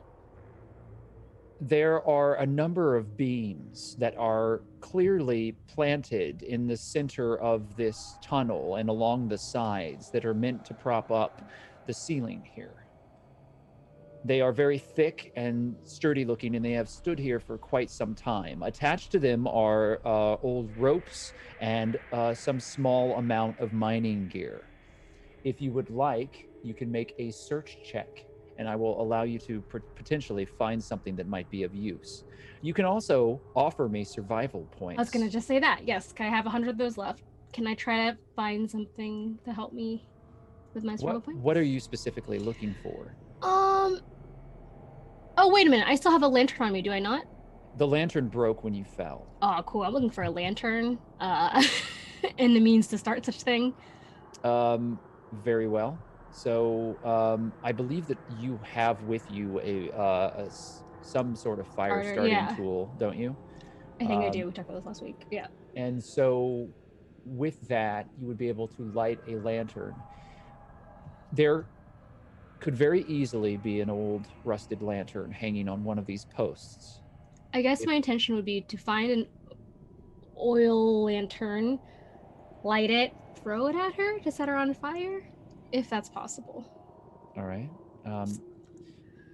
How many survival points will you offer me? I have 100. What do you think is fair? I don't remember what stuff costs in survival points. The last 25? time I used it. Oh, that's fine. Yeah, I mean, if I die, I don't use points. So yeah. 25 points, as it is a very simple item that I do believe would be down here. You look above you, and you see hanging on a hook an old rusted lantern. Do I have to roll to stand up to get it? Because every time I roll to stand up, I can't do it. I don't know why I just asked it. You have 2 choices before you, Juniper. Okay. You can make a balance check to try to very quickly and perhaps haphazardly grab the lantern. Mm-hmm. You could make a dodge check, and if you succeed at that, then your opponent will have no chance of catching you in this moment. Mhm. So between the two, you can choose to move safely, or you can move towards your desired outcome. I'm gonna try dodge. I have slightly better skill on that. Very well. You can make a dodge check then, please. And I'm going to say that you don't have any difficulty dice in this situation, as you are very clearly in a horrible situation and you feel yourself grapple on to hope as Abigail begins charging towards you. That is 1 degree of failure, and I only have 1 competency point left. Very well. So Abigail descends down upon you, grabbing desperately at you. She pulls at you, and you can see her face now. It is the face that you remember, but in this very faint light, it is ghostly white, and there is a network of black veins that are shot across her face. Her eyes are completely black, and there is a fluid that is leaking from her mouth. Her teeth are bared, and she is trying to bite you. Well, guess I'm gonna go. It's cool that it's from a friend. Blockbuster, you make your way down the tunnel. The two small children have run past you. You have been down here now for a few hours and worked your way back to the old house. The redheaded twins grabbed onto you and started to shout about their friend further down this tunnel. What is your Fine. intention? I'm not here for kids. All right, I'm here for the shipment specifically, but whatever. And I'll follow them down, begrudgingly.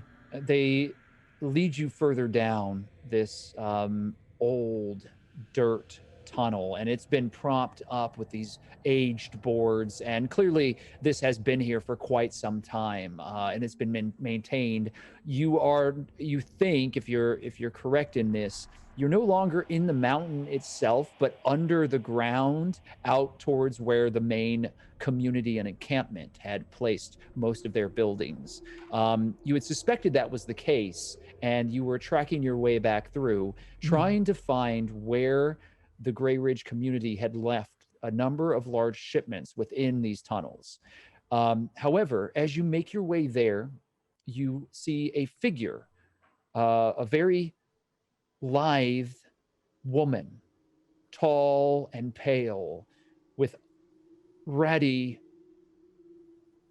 wet hair that is falling around her face. And below you see Juniper. Juniper, would you describe yourself, please? Juniper is small, looks like a dirty child, but is actually basically an adult. Hair is super wild, just dirt everywhere. There's blood on her cheek from her fall. She wears this sort of like red cape coat situation. Just looks like a bunch of garbage wrapped around her. And she's trying real hard to get away from this Romero who is talking to her. You don't hear any talking, Derek. As far as you understand, the dead do not speak. That is ridiculous. And it is not something that you would believe if you heard off the bat or didn't see yourself. However, there is clearly a fresh Romero on top of this strange young woman who is apparently in a desperate fight to keep her from biting into her. Your intention is to do what in this moment, Derek? Blockbuster is going to take stock of the situation, and he's going to look down. He's got some the old trusty nunchucks on his belt. He's going to pop them out, and as quietly as possible, he's just going to come up and clock this Romero. Okay, that is going to start a stealth roll. Okay. I'm not going to impose any difficulty dice upon that, but I am going to have you roll 2 speed dice Okay. because that is going to determine the order in which all of this happens. And since you're trying to do this carefully and quietly, it is going to take longer. Got it. So this will not be a quick resolution for you. Okay. Do you wish to alter your intention? Nope. All right. Juniper, what is your intention in this moment? I'm going to try to do that thing where you sort of feign like leaning against someone, but really you're gonna just kind of go like this, and then I'm gonna try to like headbutt her to get her off me. All right. So I would like for you to make a melee attack. And I am going to give you 1 difficulty die, but no speed dice. That grapple then probably? Or... Yes. Okay.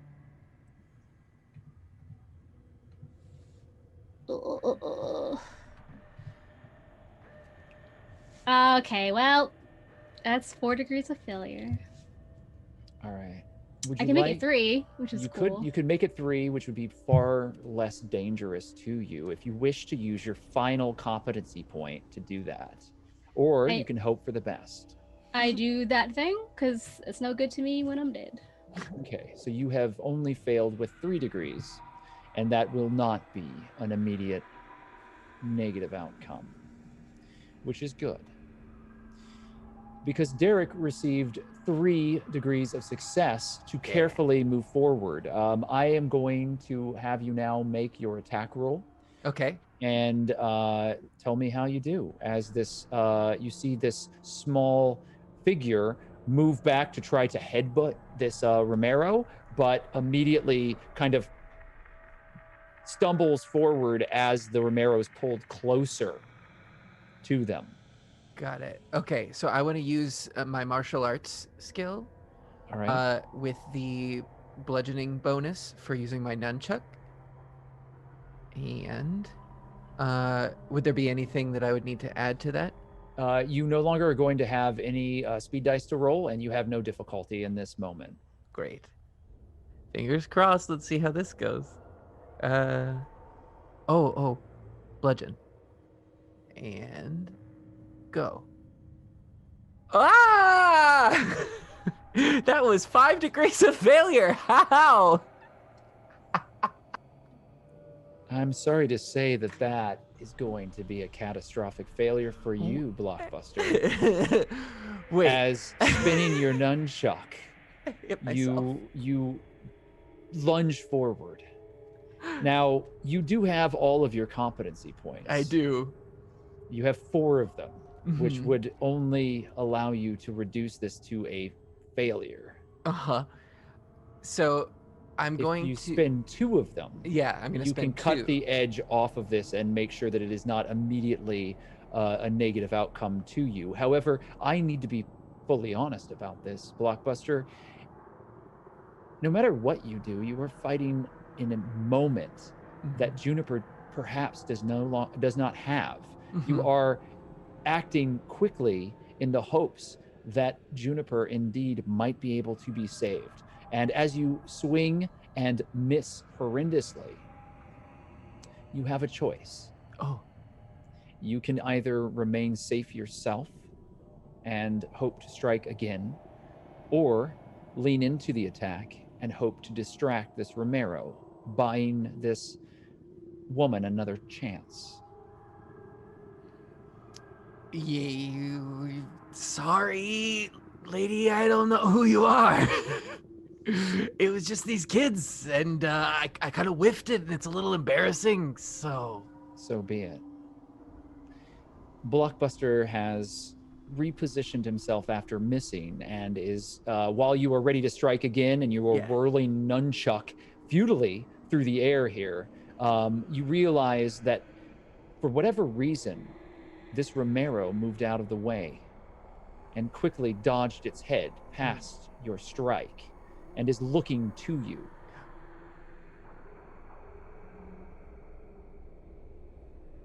Everything now depends on speed. Okay. Juniper, What is your intention? I guess I see new person, like hitting himself with his things out of the corner of my eye. And I want to maybe just do another grapple roll, try to grab her torn clothes and sort of roll us, like roll us, like I can get throw her into the wall. All right. I will give you a single difficulty die, but I will also only impose a single speed die upon you. You are losing this fight, Juniper, and you do not think you will be able to hold her back any longer. Your hope here is that you can push her into the wall and create an avenue for you to escape. We will see how you do. Let's talk about Blockbuster's intention here. What is it that you hope to do? So Blockbuster is going to just line himself up and go through his training and calm everything down, be like water, and just going to line up a shot again at this Ramiro. You reposition yourself, and using all of the training that you possess, you try to strike your opponent once again. I am imposing a single speed dice upon you. You have no difficulty. Okay. This and this and this.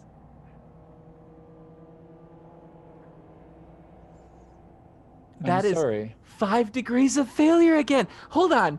I Welcome rolled to this game. I rolled 6% both times. It was exactly the same. Yeah. It's you rolled 83. Right. I You rolled an gotcha. 83 above what? Yeah. So Yeah, you have you wanna- that many degrees in tens Yeah. away from what you need to succeed. Which is the under. However, 6%. can I ask you, Yeah. before we make this a permanent role, Yeah. your martial arts is Yes. something that you had planned to be trained in. Right. Your training score is far too low for that to be the case. Oh. So there will be very little chance of you ever rolling anything other than failure with that low of a score. Gotcha. So I am going to say that if you are intending to make a martial arts roll, that is not going to be accurate. And I'm going to very quickly make an adjustment on your character sheet Okay. to affect this, because to pull back the curtain just a bit, Xander has 6% in Right. martial arts, which should not be something that It's is rolling that, being- but it's not It's what it rolling says on that, the and you sheet. have it as an expert skill. You should be rolling much higher. Hmm. And I'm seeing that now on your sheet. Alex has helped us out with this, and it is correct. So allow me to make this quick adjustment, and I'm going to have you roll again. Okay. I'll take it.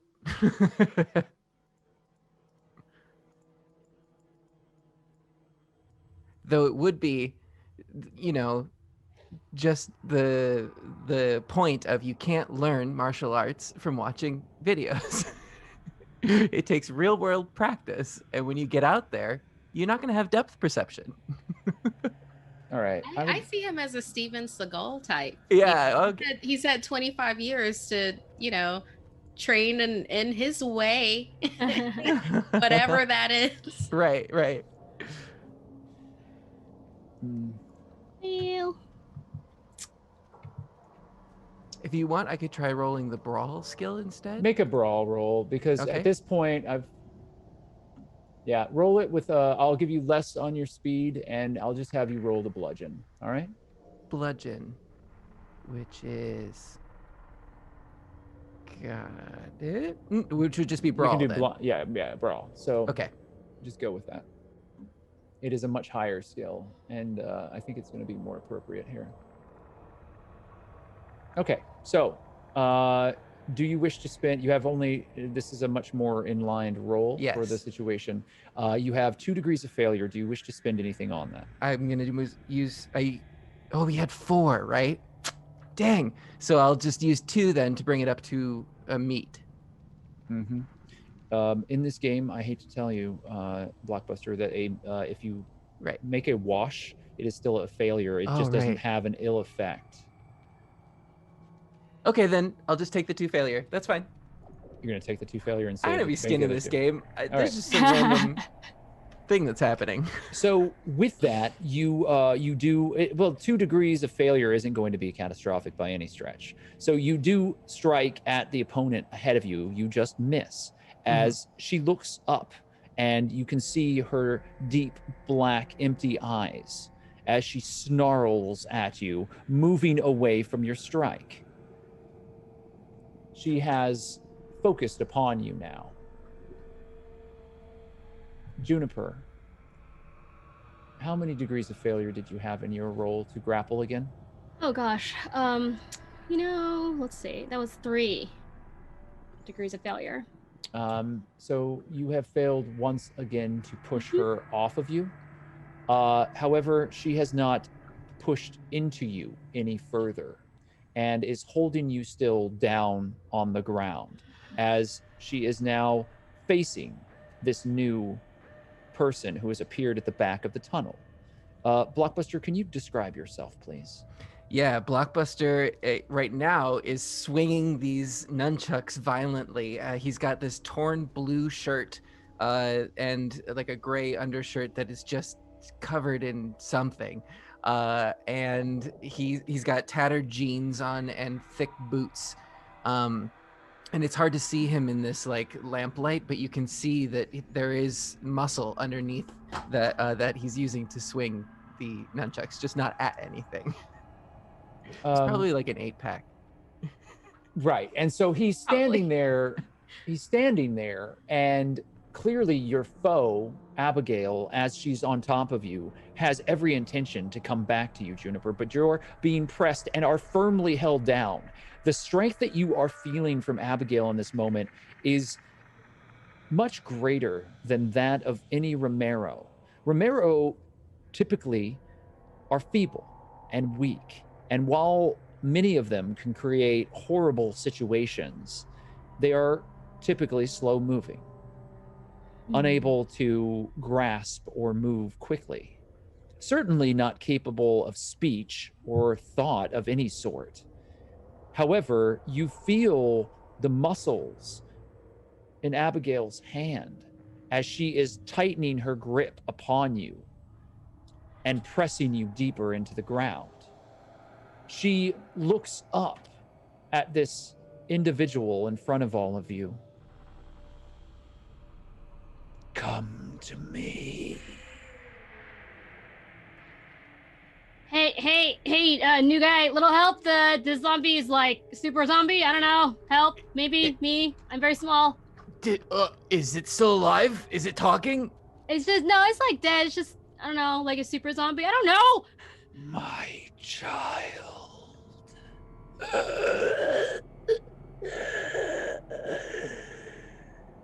Wait, can I try to talk? Can I try to use persuasion on Abigail, or is this not a thing? We are going to take another round of intention. So Okay. if you choose to try to persuade Abigail, you certainly may. I mean, I'm pretty high in it, and I don't think I'm gonna can like stand up or anything. So, yeah, I'm gonna try to talk to Abigail. Hey, Abigail, remember me? I'm a small person group, and you were glasses and cool, and we were all trying to work together. Yeah, remember me, Juniper? Hello. Could you please make for me a persuasion check if that's what you wish to do? I'm going to give you a single speed die on that because we need to determine the order that this all is going to happen. And I also would like very much for Blockbuster to give me his intention as well. Yeah, Blockbuster is gonna take a swing just because things are very confusing. So he's gonna see this speaking Ramiro and see Juniper trying to talk to the speaking Ramiro and then decide that he's just really gotta hit it. And then what ability have you used to give yourself an additional 2 CP? Oh, right. You I do think have it's that part ability. of the martial artist that So I have. in this situation, you can mitigate your skills to give you some additional flexibility. And as important as this fight is, I highly suggest that you begin to tap into those. Copy that. It is going to be the difference between this being successful and this ending badly. So I would like for you then, if you're going to make another strike, to add a single speed die to it. And you can go ahead and make your attack roll. This bludgeon.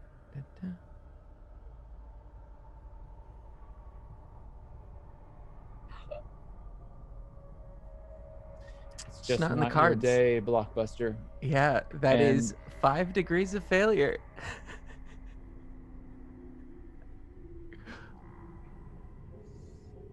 You have managed to do something, Blockbuster. Mm-hmm. You have drawn the full, unwavering attention of this strange, ghostly woman as she leaps off of Juniper on the ground and tackles into you, throwing you back against the wall.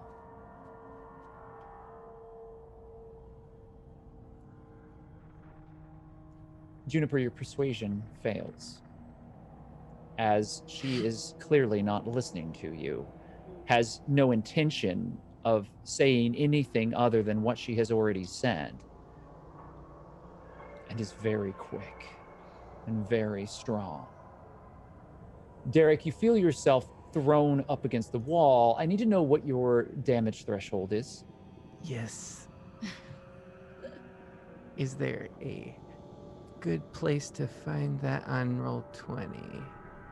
Damage threshold, 5. All right. Mark down this damage. Uh-huh. You have a 4, a 3, and a 2. Okay. Now, as combined, that is going to break your damage threshold. You know how to move them over. I'll allow you to make those choices now. Okay, so I'm going to... I suppose I'll take the 3 and the 2, and then would that bring my damage threshold down to 4? Before taking the 4? You're going to take an injury because of that, so it will bring your threshold down by 1. So it'll be 2 injuries then, huh? You're going to have a second injury. Yeah. And I'm sorry to tell you this, Blockbuster, but that injury is a bite. No! Yeah. And you feel gouts of blood begin to pour forth from your neck as she pulls back a stringy tendon. And you are in immense pain. He's going to start anger swinging, just flailing limbs, anything. Juniper, what is your intention in this moment? Gosh, I really do feel like new person didn't mean to help me, but inadvertently did help me. From where I am, I want to stand up and I want to use my bow and just try to shoot her from afar. So I shot her once, right? Already. You hit her in the chest. There's still an arrow sticking out of it. Oh, cool. Okay, eat that back. So that's what I want to do. I want to shoot her again. You also have this lantern near you. Oh yeah, lantern guy. Could I set the arrow on fire and then shoot it at her? Is that not a thing that works? You could do that, but it would take a very long time. Oh, okay. He probably doesn't have long. Was Derek bit and that was Blockbuster bit in the neck? Was it, or in the arm? Neck? It was definitely on the neck. Oh, well, better amputate. Well, now I will say before we finalize that placement, if you or Derek wish to spend competency points, you could change the position of where he has been bit. I have 0. Blockbuster, how many do you have? I still have 2. Okay, well, you can use them on yourself then, bud, because I can't help you. Yeah. So yeah, let's change where the bite happened into the pinky. No, maybe With like the 2 forearm? competency points, it'll be your forearm. Okay.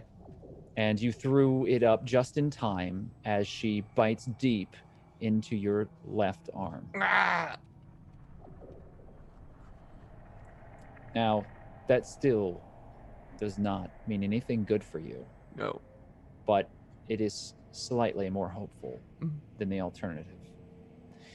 All right, so Juniper, you stand and you are now going to use your archery skills or something else? I think I'm going to use my archery skills. That's my highest trait, even though I seem to not roll very well in it half the time. But All right, so you knock a arrow into your bow and you fire. She's only a few feet away.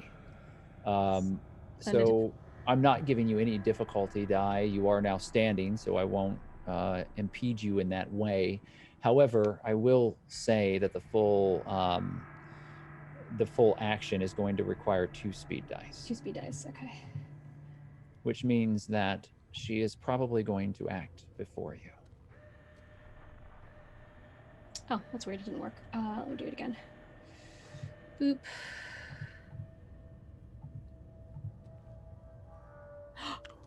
Two successes! It's happening! You fire, and the arrow strikes its target. Now, you have rolled a 31, meaning that you've hit center mass on the chest. So you have hit her in the back, and it looks as if that is going to slow her. However, you've rolled a 5 on your speed die, so she will be acting beforehand. Derek, Blockbuster, what is your intention in this moment? Protect myself with this arm. So swinging and flailing is what you had said last. Yeah. Let's make your roll. Okay. And have you fight your way out of this situation to see if you're successful. Continue making brawl checks. Okay. Your opponent is on top of you, however, so add a single speed die. Okay. And please. A success! One single solitary success! Celebrate while you can. And you do manage to fling your opponent forward. However, you've also rolled a 5 on your speed die, which means that she is going to act again, and she is going to bite you again on the arm, and you have a 2 and a 4 to deal with. Oh, so my threshold is now 4. So I have to take that, and that will bring my injury to 3 and my damage threshold to 3. So I can take those 2 and be 1 left over. Yes. And bitten twice. But, who's counting? Your arm has been cleaned down in one place to the bone as she pulls her head back, and you see the white of your arm in front of you. And blood is pouring in rivers. And she continues to press herself towards you. There is a gurgling sound as the arrow pierces through her chest. Now there is one in front of her and one behind her. You take the moment of initiative and you throw her off of you, stumbling back away from this sick, twisted woman. Oh, hey, you cool? You cool, new person? No, help! You gotta cut it off. You gotta cut it off. I don't have She's any. on the ground. Okay, we should go though first. God. Maybe I don't. I mean, do you have? I don't. Go. Okay, so I'm gonna run away, so deeper into the mine. All right. You begin running quickly into the darkness beyond. Blockbuster. Yeah. What are you doing? She's getting away, and this thing is still on the ground. I'm gonna go up to the arrow that's like sticking out from the body and sort of twist it a bunch of times until I can be sure that she's dead. So you start to move closer.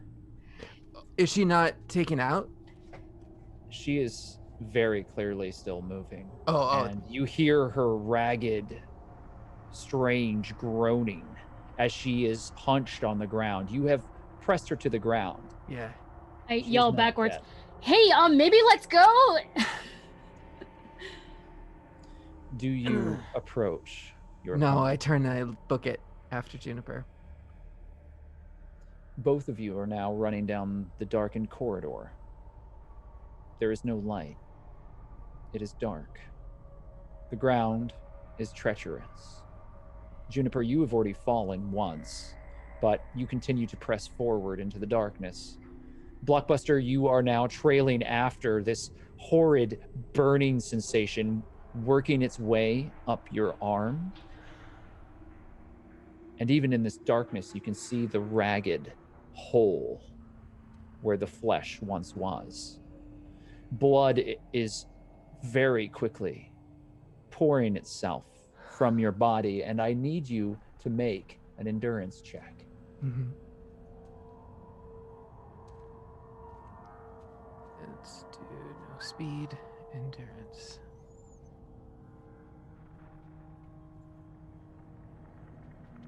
1 degree of failure. All right. So that is not a catastrophic failure. You are beginning to become very woozy, and you are slowing. Okay, there, you're not looking too good, bud. You got like a sword or a Do cool knife in there, do you bud? continue to run forward, Juniper, or are you slowing down to assist this individual? I'm slowing down like a little bit. Yes. So you are slowing down. Against my better judgment, I'm going to slow down a little bit and just say those things, and assess from there. Very well.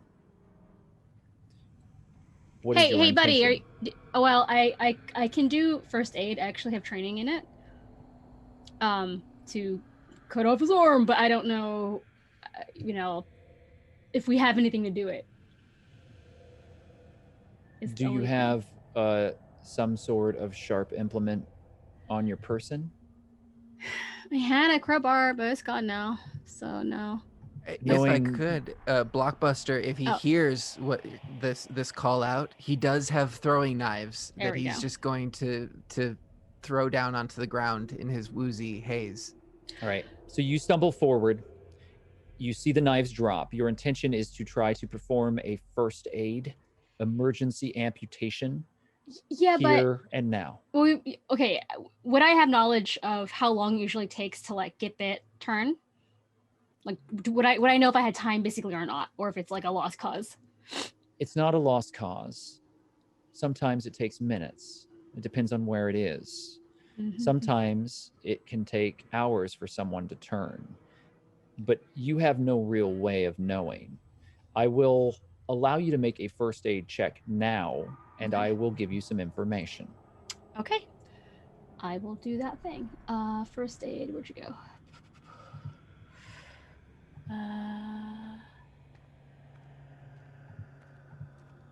Okay, and that is ridiculous. 'Cause I had a multiplier of 4. Yeah. But it's you still should 2 have degrees rolled of better. failure. Well, at least that roll wasn't for actually removing the arm. Yeah. So with 2 Okay. degrees of failure, I cannot tell you anything. Great. You think that he might be okay, but it is a gamble. If you stop now, you feel that it might be a bigger gamble, as Abigail was not taken down. Okay. In fact, you shot her in the chest, and even a regular Romero requires you to make a headshot to keep them dead. Oh, all right. Okay, you know what? Actually, can we get like a little farther from the very, very fast dead thing that's chasing us? I scoop up the dagger and that he has thrown, and we just kind of keep booking it. So you are moving at a pace that assists Blockbuster in this moment. Is that correct? I want him to catch up with me. If I'm faster than him, that's fine. All right, Blockbuster, make an additional endurance check, please. Okay. Sorry, I don't know you. No, it's as I did the same thing. It's true.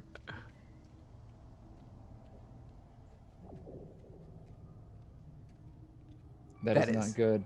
4 degrees of failure. Okay, well, did our best.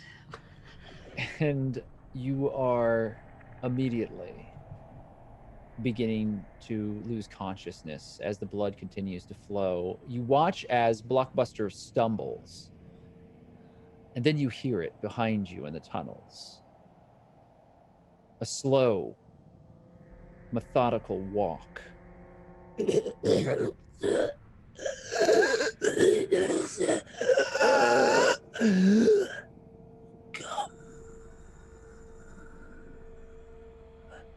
to me, my child. Achira, the doctor has her pistol firmly aimed at Lampwick. Make your choice now. In or out.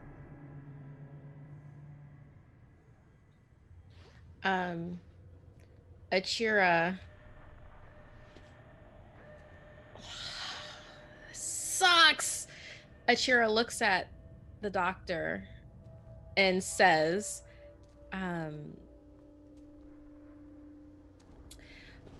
first, do no harm. Primum no sere. I learned that from Doogie Howser. You should know that shit too. I would like for you to make a persuasion check, and because it was so perfectly framed, I will allow you to remove a single degree of failure if you make it. However, if you get degrees of success, it will not add any additional success to it.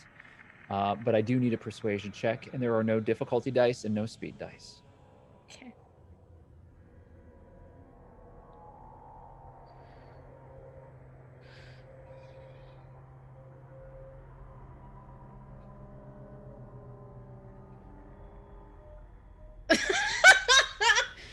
Oh. You rolled a 90 out of 35 on your persuade, which is 5 degrees of failure. I don't know why she keeps on trying to persuade people she's not a persuasion person. Well, you do only have 35% in the skill, and it would take a pretty amazing roll to make that happen. However, I will say that you have distracted her for a moment, and that moment is going to, while you did not persuade her to shift her very adamant opinion at this point, you have bought a moment for Lampwick. Lampwick, you have been shouting for help. You know that Rowan and the rest of that survival group is near. You can hear the gunshots, and you even see the light of the muzzle blast in the smoke as they continue to move. However, you've got 4 or 5 Romeros directly above you. They're aware of you and they're moving closer. Your wound is now covered in dirt, and you feel broken and near to the point where you feel as if you might pass out from the pain. The first thing that I need you to do is to make a resist pain. All right. And then we will decide how that affects your intention. Phew.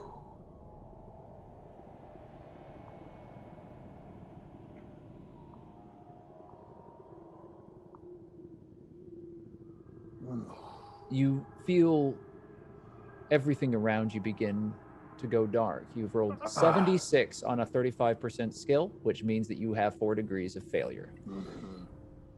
While it is brutal and unyielding, this system is accurate. You are in great pain, and your actions are going to be all the more difficult because of that. What is your intention?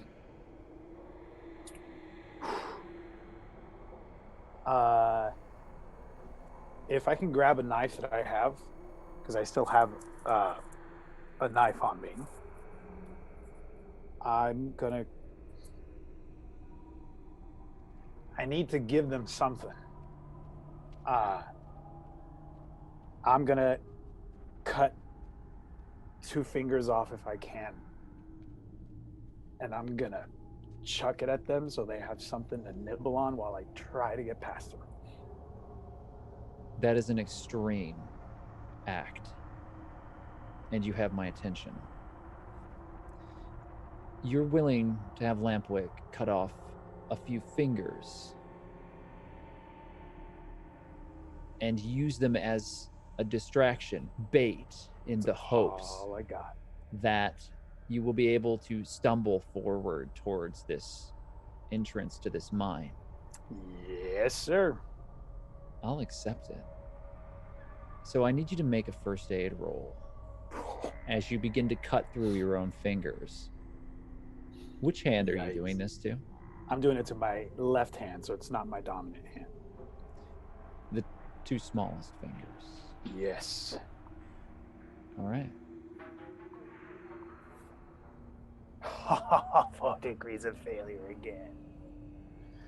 Your weakness and your inability to hold a knife are doing you very little justice in this moment. And as intensely as you feel you are willing to sacrifice to continue your life, your knife wavers, and as you're halfway through the small finger, blood gushing out around you as you are pressing down on it, you realize that your strength is waning and you may not even be able to remove 1 finger, let alone 2. As you press down and blood begins to gout around you, that intense wave of pain washes over you again, Lampwick, and everything goes dark as you pass out. No. Achira, you watch as Lampwick begins doing the unthinkable, taking a knife and trying to remove his own fingers. There in the middle of this field, for whatever reason, he's inflicting wounds upon himself. And you watch as he wavers and then drops to the dirt, unconscious. Perhaps that was his plan, to inflict just enough pain to put him into darkness before the inevitable happened. Regardless, the doctor is standing there. Close the door. And she lowers the gun.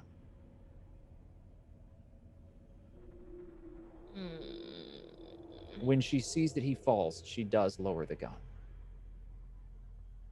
What, Achira, is your intention?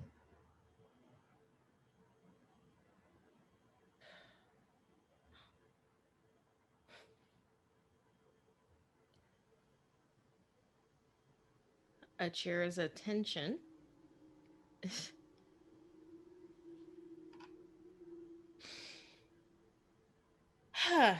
Achira's attention is to yank the gun out of the doctor's hand and fire both barrels at the Romeros that are surrounding Lampwick. So be it. The doctor Why don't was we not, all just die tonight? All of the us. doctor was not expecting you to do that. And the gun All of is us. quickly taken from her hand. I Let's do will, this. however, require you to make your shot as you fire at the Romeros that are quickly descending down upon Lampwick. I have my long gun and I have my pistol. Let's say the long gun is in my dominant hand and the pistol is in my non-dominant. I will roll whatever it is that you want me to right now. Whichever you choose. Additionally, since you are now inside of the mine, you are at a new location hazard. Oh, how did I not ask that? You are inside of the mine. That is the only consideration I can offer you. Okay. All right. Then I guess a roll for my lung gun and also a roll for the pistol that I've newly acquired. I'm trying to hit the horde that is around Lampwick right now. And, the fallout from this will be whatever it is. So be it. Please roll. You have no difficulty die. You are in a safe, secure location. You have the time to think, breathe, and very carefully aim.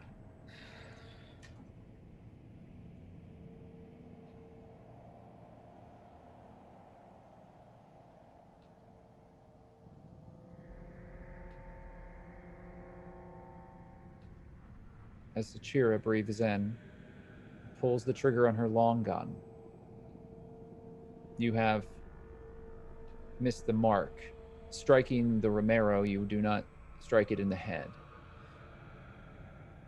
The pistol, however, as you whip it forward out of the doctor's hand, firing in the same moment, both shots somewhat wild. I'm going to use 3 competency points to make the long gun 1 success. Both hit their mark. This is literally the last thing that Achira is going to be able to do for Lampwick. 2 Romeros that were very close, descending down upon his unconscious body. Fall. Dead. That's when additional gunfire erupts from behind the horde. You see Rowan pushing forward with a number of other survivors, firing on the swath of the dead that are there.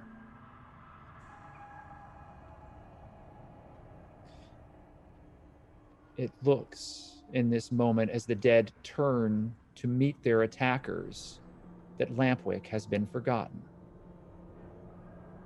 You, in this single act, have saved Lampwick's life. And as the dead fall around him, you see Rowan and the others pressing closer and closer. But that is the last thing that you see. As the 2x4 swings and hits you in the back of the head. What is your damage threshold? I have an 8. That's a very good damage threshold. I put a lot into it. Very well.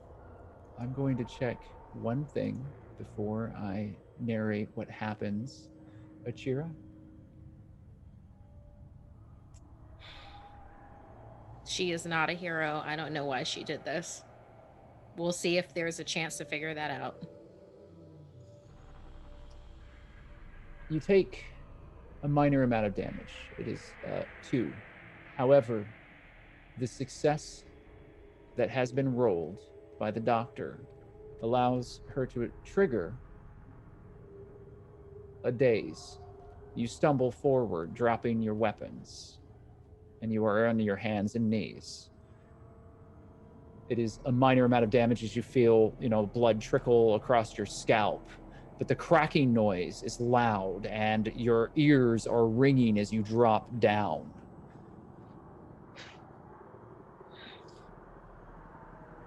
What is your intention in this moment, Achira?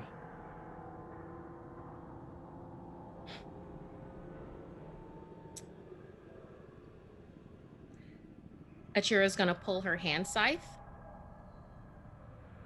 and slash to defend herself. She's not slashing to kill, but she's slashing to get the other person away from her.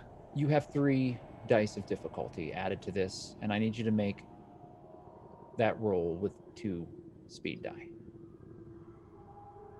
You are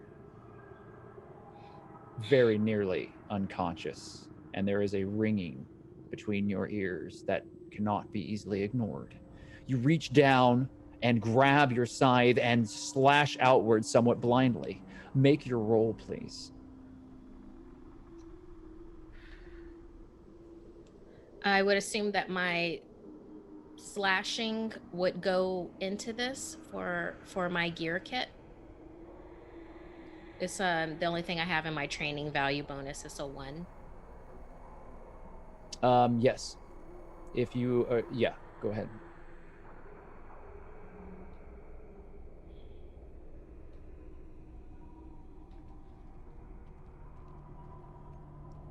You have succeeded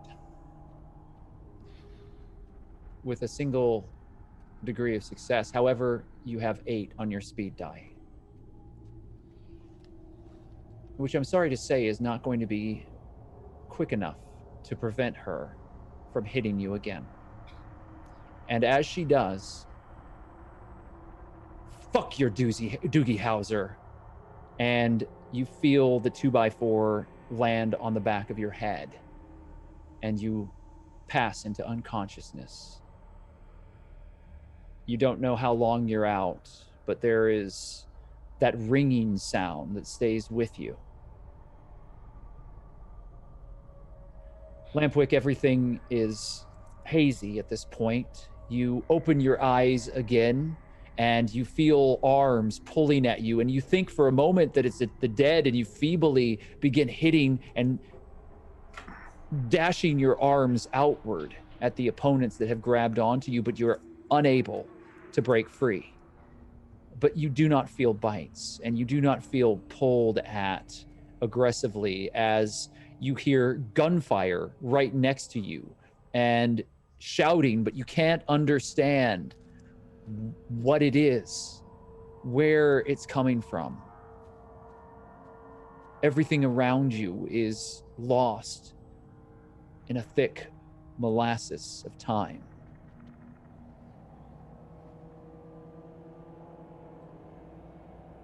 I just hold on to whatever's got a hold on me. I just reach up and kind of grab on to them.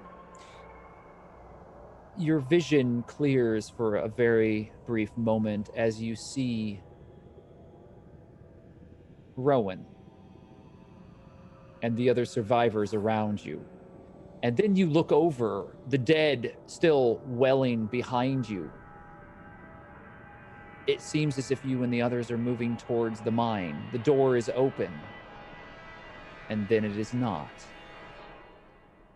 It slams shut, and you hear more shouting.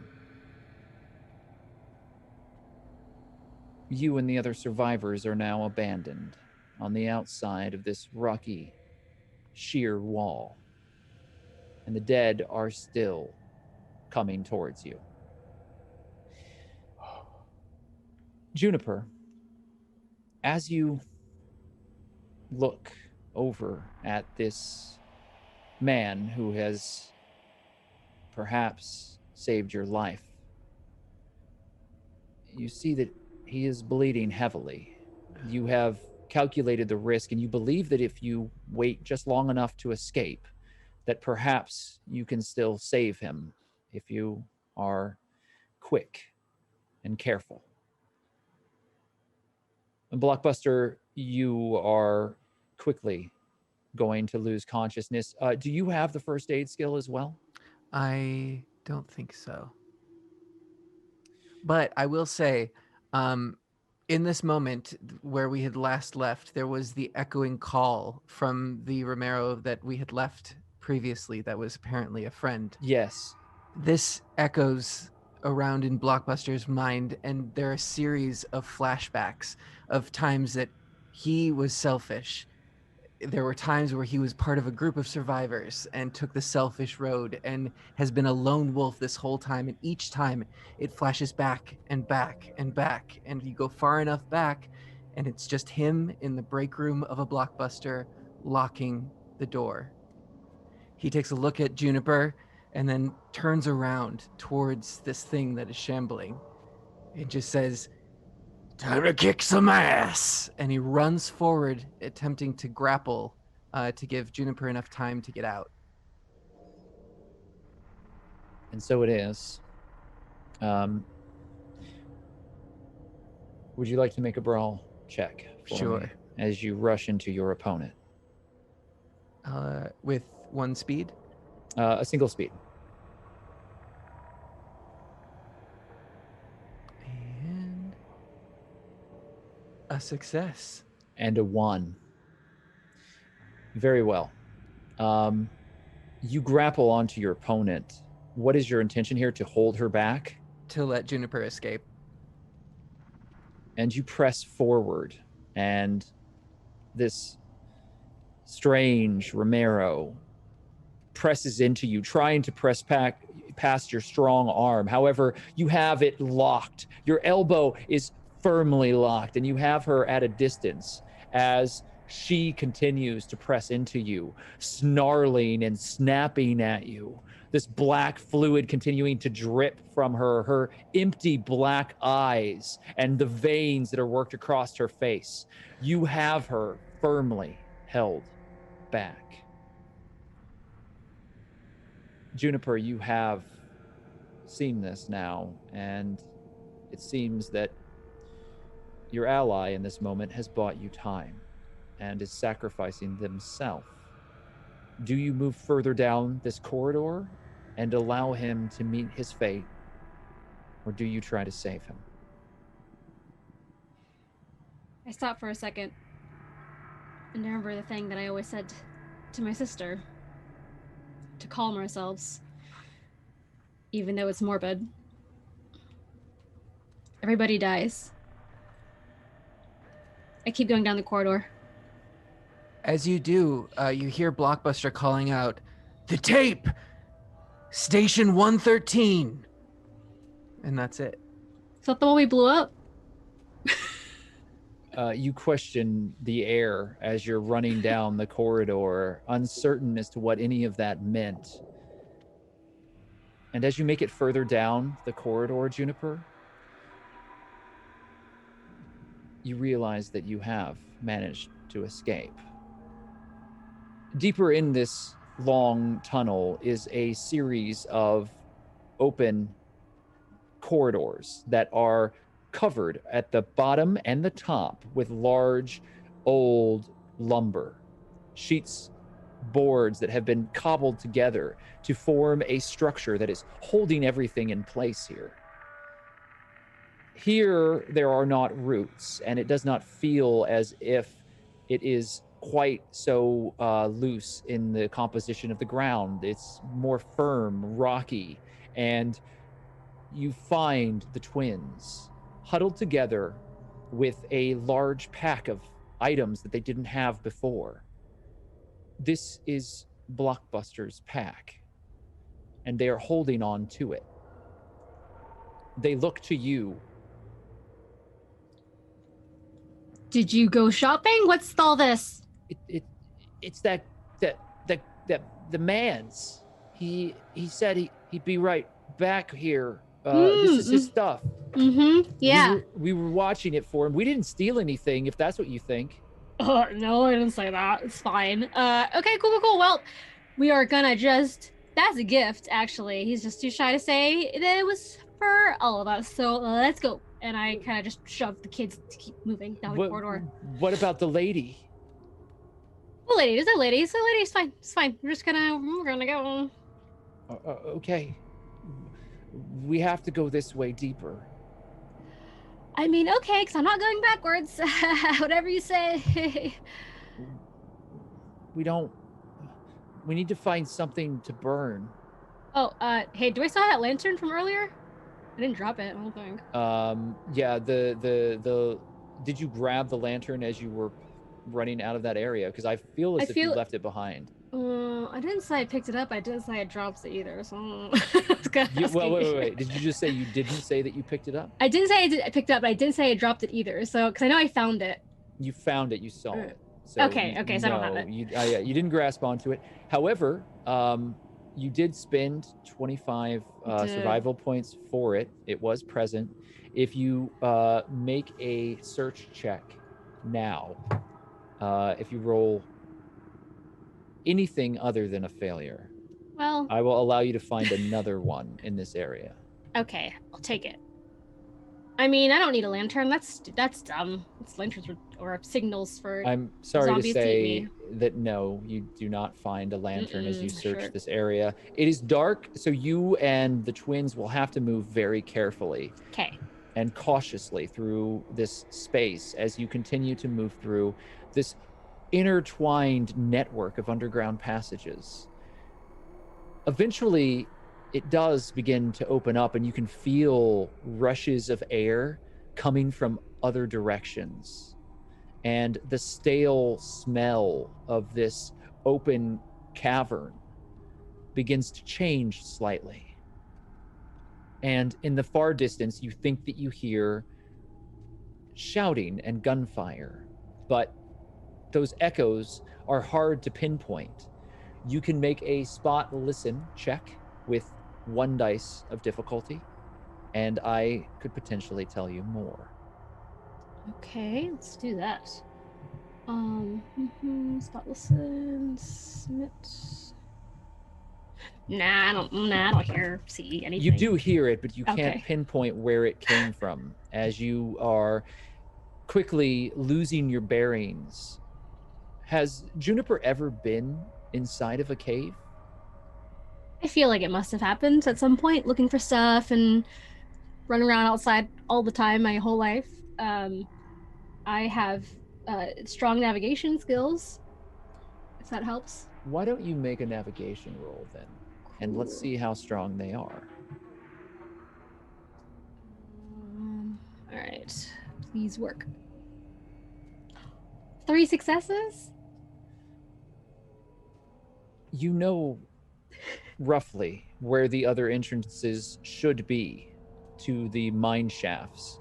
And you quickly think about how these passages are wrapping around each other and holding your hand out gently to feel the wind as it shifts from the other corridors. And you determine which way you should go if you wanted to find a way out. All right, kids, we are doing great. No problem. We are gonna get out of these stinky, gross caves ASAP. And I head We're towards the supposed to wind. go deeper. Well, for what? If something bad happens, we're Mhm. supposed to go deeper and hide. You want to go back outside? Well, if you hide, okay, I will say that I used to think that was true too. The problem with that idea is that I hid somewhere once and we thought we could just stay there for a long time and we like set everything on fire, and you cannot. They will just hang out outside and wait for you. It turns out. This is experience from an adult. Okay. So I think we need to we're going out? leave. And we can like check the door. We don't have to like go, but I don't think we should just hang out in here if they're gonna keep coming. Okay. Will we find Sunny? I have no idea. Maybe. I think that it's a strong Sunny's possibility. still out there, probably. So yeah, let's go out there. Yeah, I'm having great ideas. Let's do this. So you begin leading the 2 small children out towards what you believe to be an exit. Yes.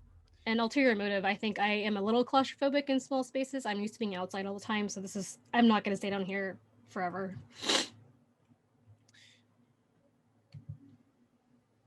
Blockbuster. You're on the ground. She continues to press in.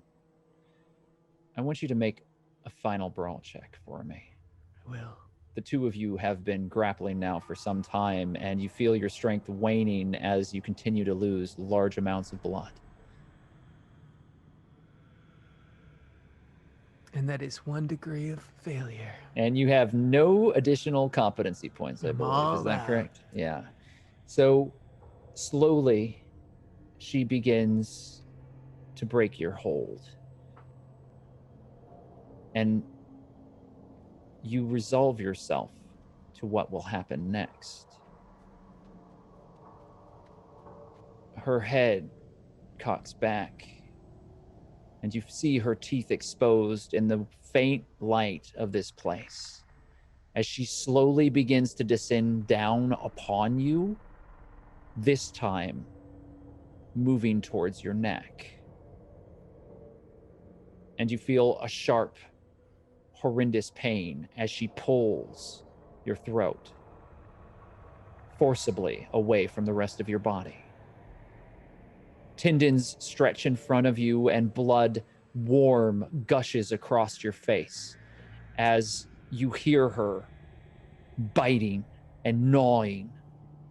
She reaches an arm and grabs onto your face, pulling your head back, and the blood begins to well in pools. But Blockbuster isn't there. He feels the pools of blood and recognizes the coolness of that. He's become water.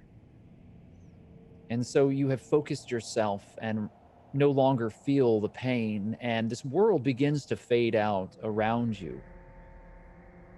Somewhere further down this corridor, you hear a voice, soft, singing. An older woman, perhaps. Little children walking hand in hand. Oh, walk with me, oh children, walking hand in hand. Everything goes black, Blockbuster, and all of the work that you have done, everything that you have saved from the world that fell, no longer matters. You open your eyes, and for a brief moment, somewhere, a door unlocks.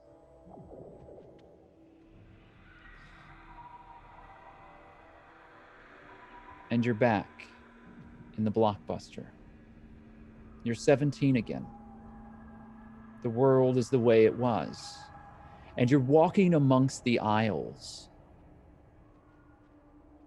You're no longer covered in acne and awkward. You are water, confident and strong.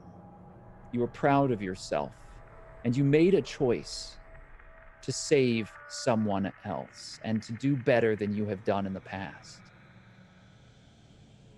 And all of the VHS tapes around you, every box, every beloved title that you now have memorized over these 25 years without any form of new cinema created. These have been your touchstones, and you're surrounded by them. And everything becomes very bright as you continue to walk down what seems like an endless aisle, and you pass on. And that is where we are going to end our session tonight. I would like to thank both JB Jara for all of the technical direction and Alex Hillman for all of the support within both making the character sheets for these characters and for all of the support outside of the game to ensure that all of you and our scry is running correctly. We couldn't do it without them. Additionally, I would like to thank Xander for joining us. Have a great night. We will see you next week. Please stay safe, and remember, even in the darkest of tunnels, there is always hope. Have a good night.